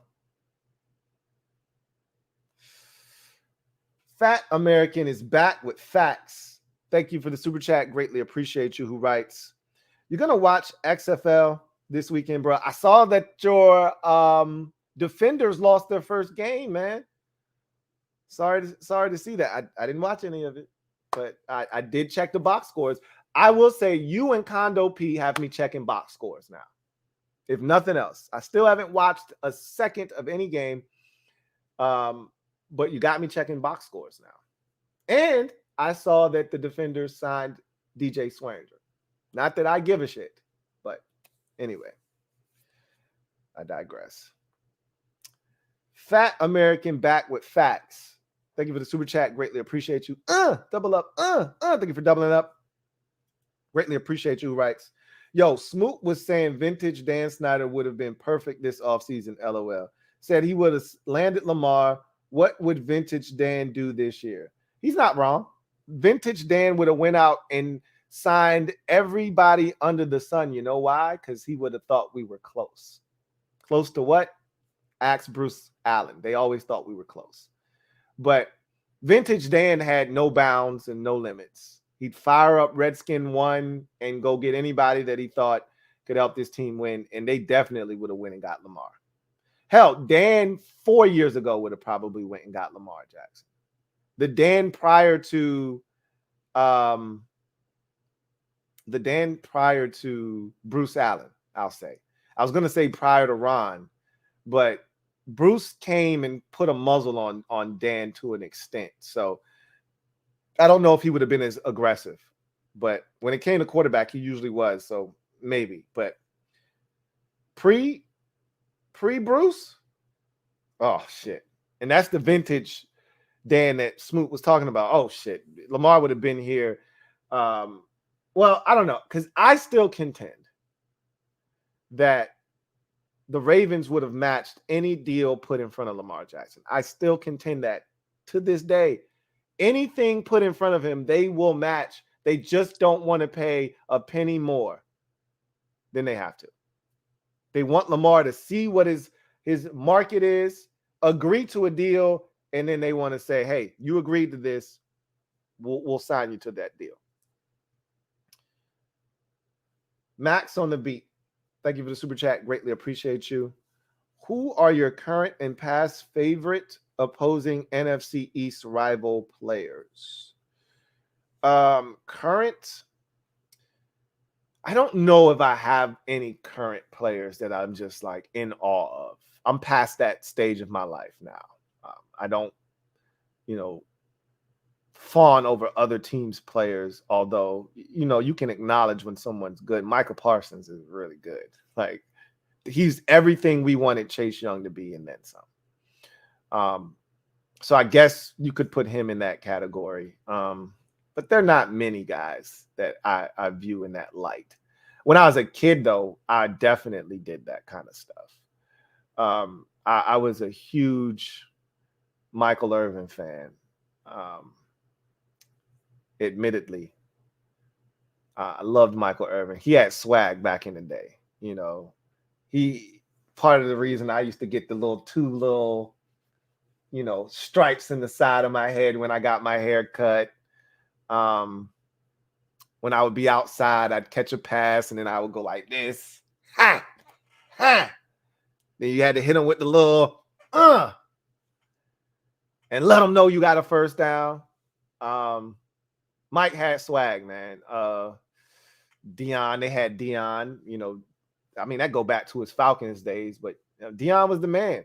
What can I say? What more can I say? When the Eagles were nasty defensively, when they had Reggie White and Jerome Brown and Seth Joyner and all of those dudes, they were nasty, man. So that I had to respect that.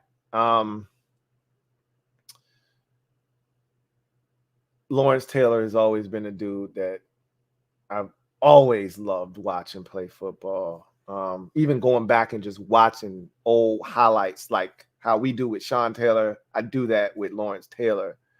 He was a beast. So, yeah, I used to do that back in the day.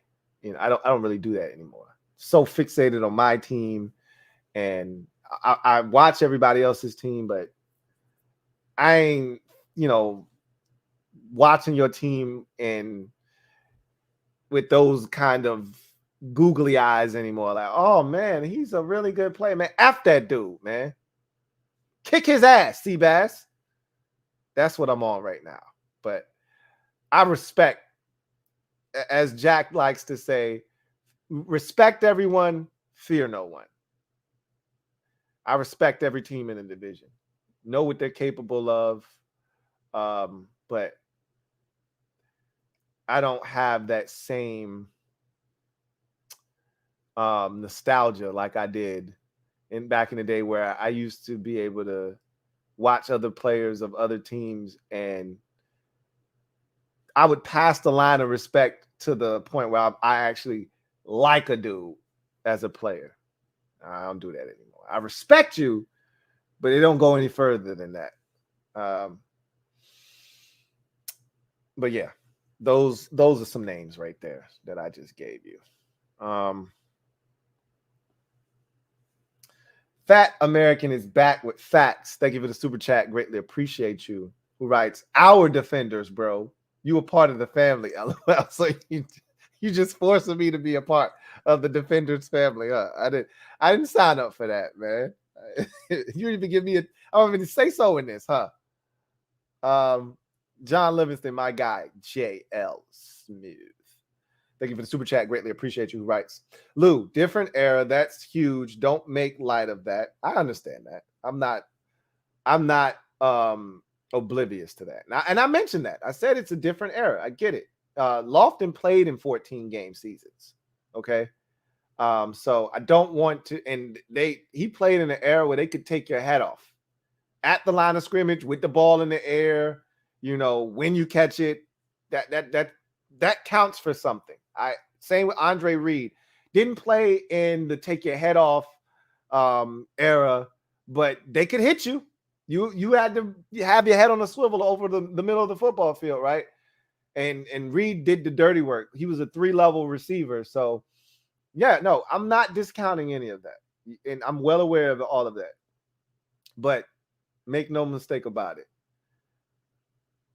Stephon Diggs is different.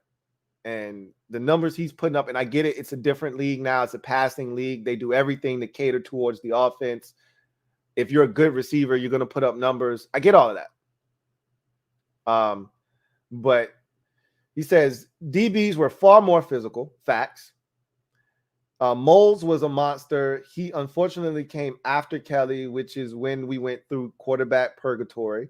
Facts again. Like Stevie Johnson, 3 straight K seasons. Yeah, I get it. I understand. I'm still in quarterback purgatory. So you're preaching to the choir. I understand. Okay. And those guys were able to do it playing with Rob Johnson and guys of that ilk. I get it. I understand Flutie and all of that stuff. I understand what you had going on. I've lived it. Again, that said, understand what Stephon Diggs is. And if he continues to be that, I'm already putting him in front because, again, Molds for me, and I said this after I looked at his stats. He was good, and I knew how good he was. I didn't know he was that good for that long of a period. I gave him 3 years. It was more like maybe a 5-year period, and you could even extend it out to 7 because there was another 1,000-yard season in that 7th year of that period that I talked about. I didn't realize it was that long. He was that good for that long. I thought it was more condensed than that. But you can't put James Lofton in that conversation. He was a Bill for 4 years. And he only had a 1,000-yard season once. And it was the tail end of his career. You're talking prime of his career, Stephon Diggs. I still think it's Andre Reed when it's all said and done. And that's it. But Molds, I'll give you Molds. Molds had a better stretch than I wanted to give him credit for. Fat American is back with facts. Thank you for the super chat. Greatly appreciate you. Who writes, a good defense 20 years ago, greater than today by far. You could do a lot more with a great defense 20 years ago. You could win a Super Bowl. Ask the Baltimore Ravens. You can't win a Super Bowl based off of just great defense anymore. You can try. The last team I think that won a defense strictly off of, won a Super Bowl rather, strictly off of defense was the 2015 Denver Broncos. Peyton Manning could barely throw a 5-yard pass that year towards the end of the season. And they still won. But the 49ers tried that shit in 2019. And up until about 7 minutes left, up 10, they were doing it. But then Mahomes happened, and Jimmy Garoppolo couldn't make a throw with the game on the line with a wide open Emmanuel Sanders down inside the 10-yard line. Gotta be able to score points. Great defenses are gonna get got in today's NFL. You gotta score some points. So with all the rules and the way they're set up, it's hard, man, to be an elite defense and carry that through the playoffs and into the Super Bowl. You gotta score some points, man.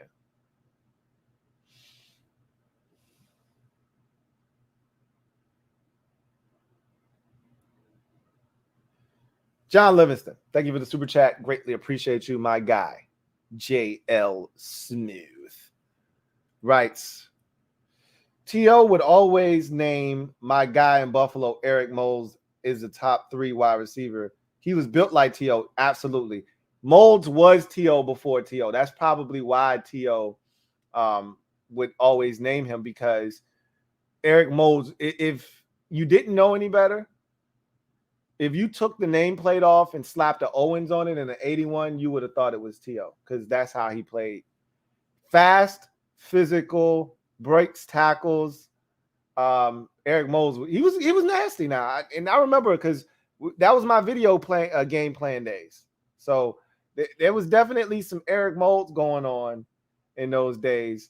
I'm trying to think of who his tag team partner was. I could have sworn there was another receiver on your team, and oh my God, it's coming to me. Oh my God. Because I used to play with the Bills. I swear it was number 82. Why am I blanking on his name? And he was solid. He wasn't Eric Moulds, but he was a good compliment to Eric Moulds. I think it was 82. Or was he? I think it was 82, man.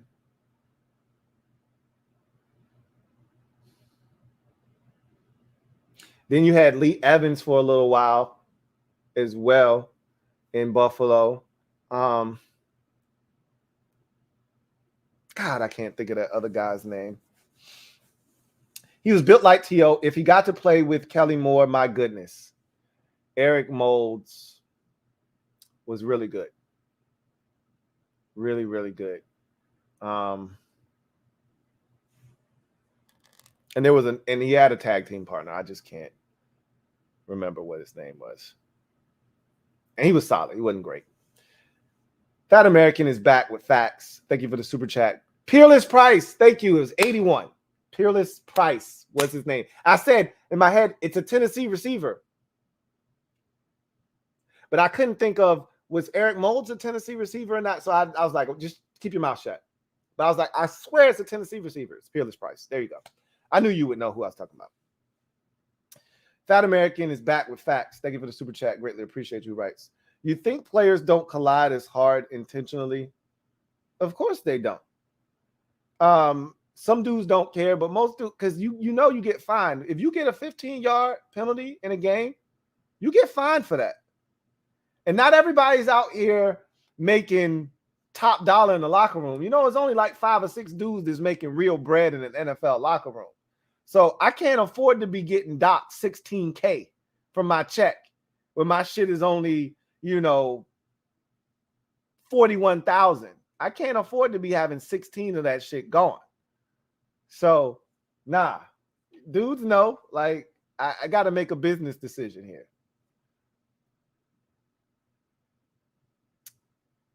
Donald Gray, thank you for the super chat. Greatly appreciate you, my guy. Donald Gray writes, late night Lou, you know what it is.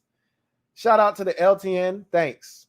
Hey, appreciate you for hanging tough with me, man. Really appreciate everybody that's hanging tough with the kid. We are on the East Coast past the 1 o'clock hour in the morning. So really, truly do appreciate each and every single one of you. Max on the beat. Thank you for the super chat. Greatly appreciate you. Double up. Thank you for doubling up. Max on the beat, who writes, I hated Dawkins and T.O. with a passion. Loved when my Giants made T.O. cry. That's my quarterback. It's one of my favorite T.O. moments. Never hated any Commanders players, at least none that I could remember, but I think Sweat is a stud. He's getting there. I'm waiting for that breakout season like we got from Ron Payne. I'm waiting for that from Sweat because he is a beast. Him and Chase Young are dominant against the run. I'm just waiting for Sweat to have – I'm waiting for him to put it together. I wish he would get coached up to use his length and all the advantages that he's been blessed with more and better on a football field.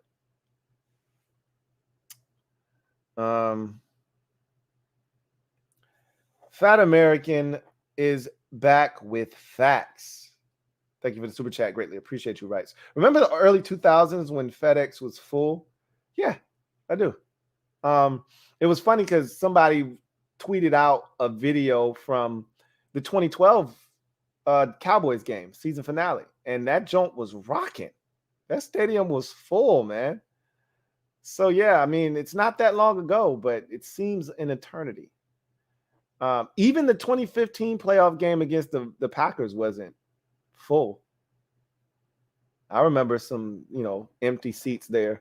The last time the stadium was probably full and rocking was 2012. Real talk.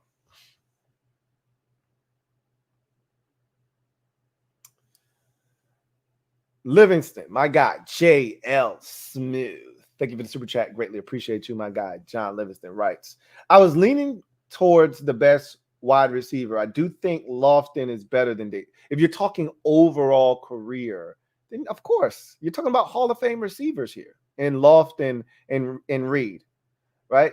But if you're talking about in a Bills uniform, then that's what I assumed you were referring to. I mean, Lofton played 89 years in the league. Same with Andre Reed. Like, he's not even close to those guys in terms of longevity. Numbers wise, it's a different NFL. We've already established that. He's already at damn near 9,000 yards. And, those guys played an eternity and ended up with probably like 13,000, 14,000 yards.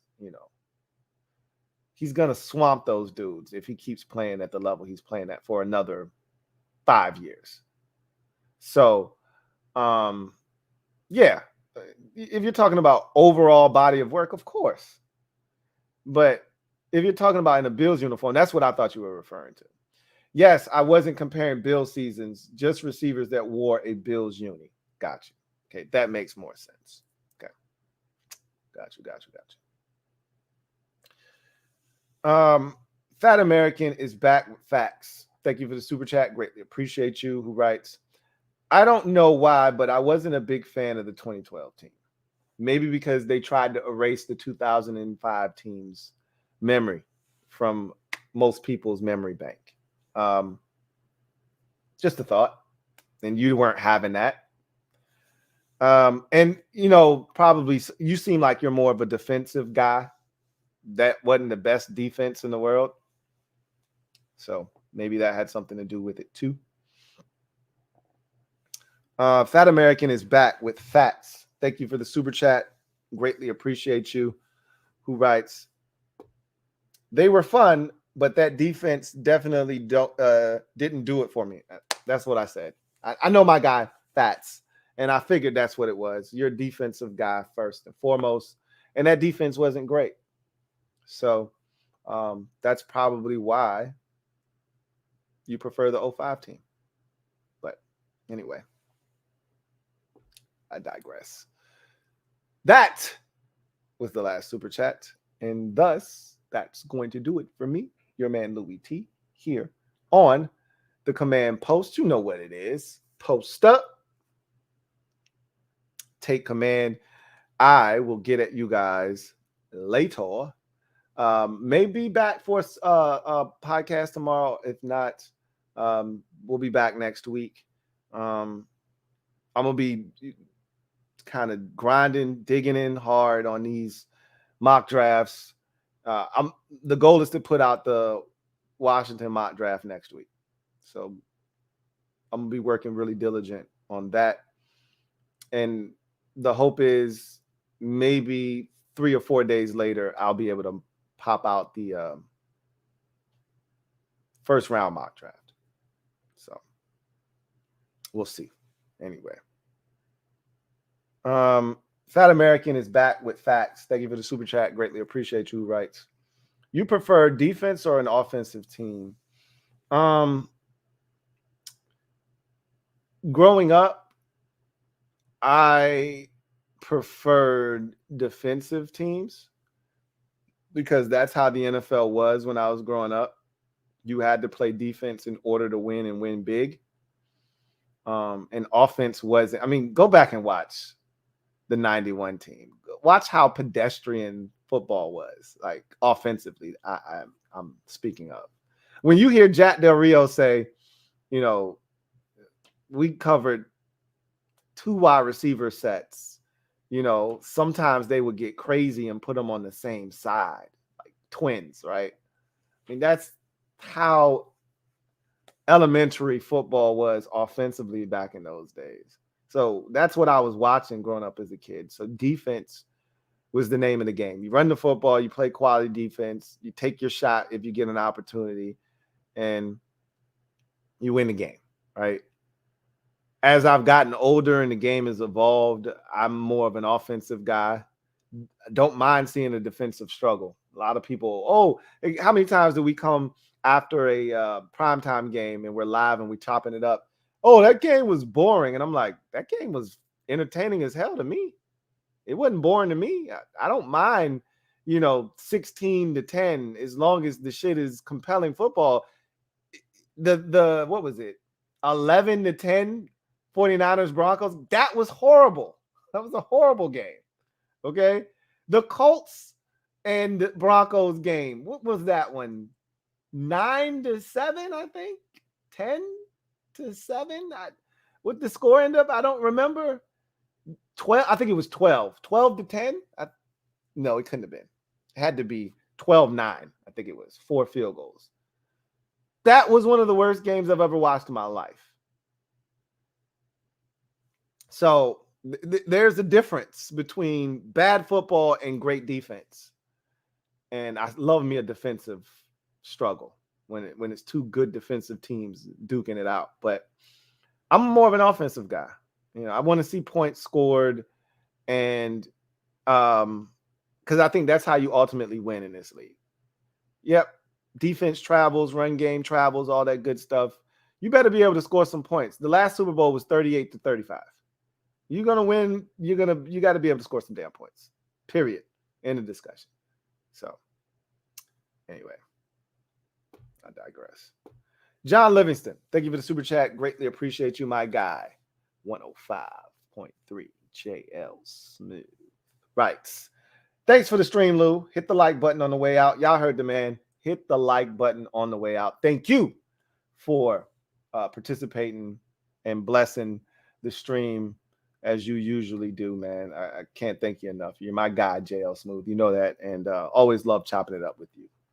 With that said, you guys have a good one. Take care. God bless, and good night.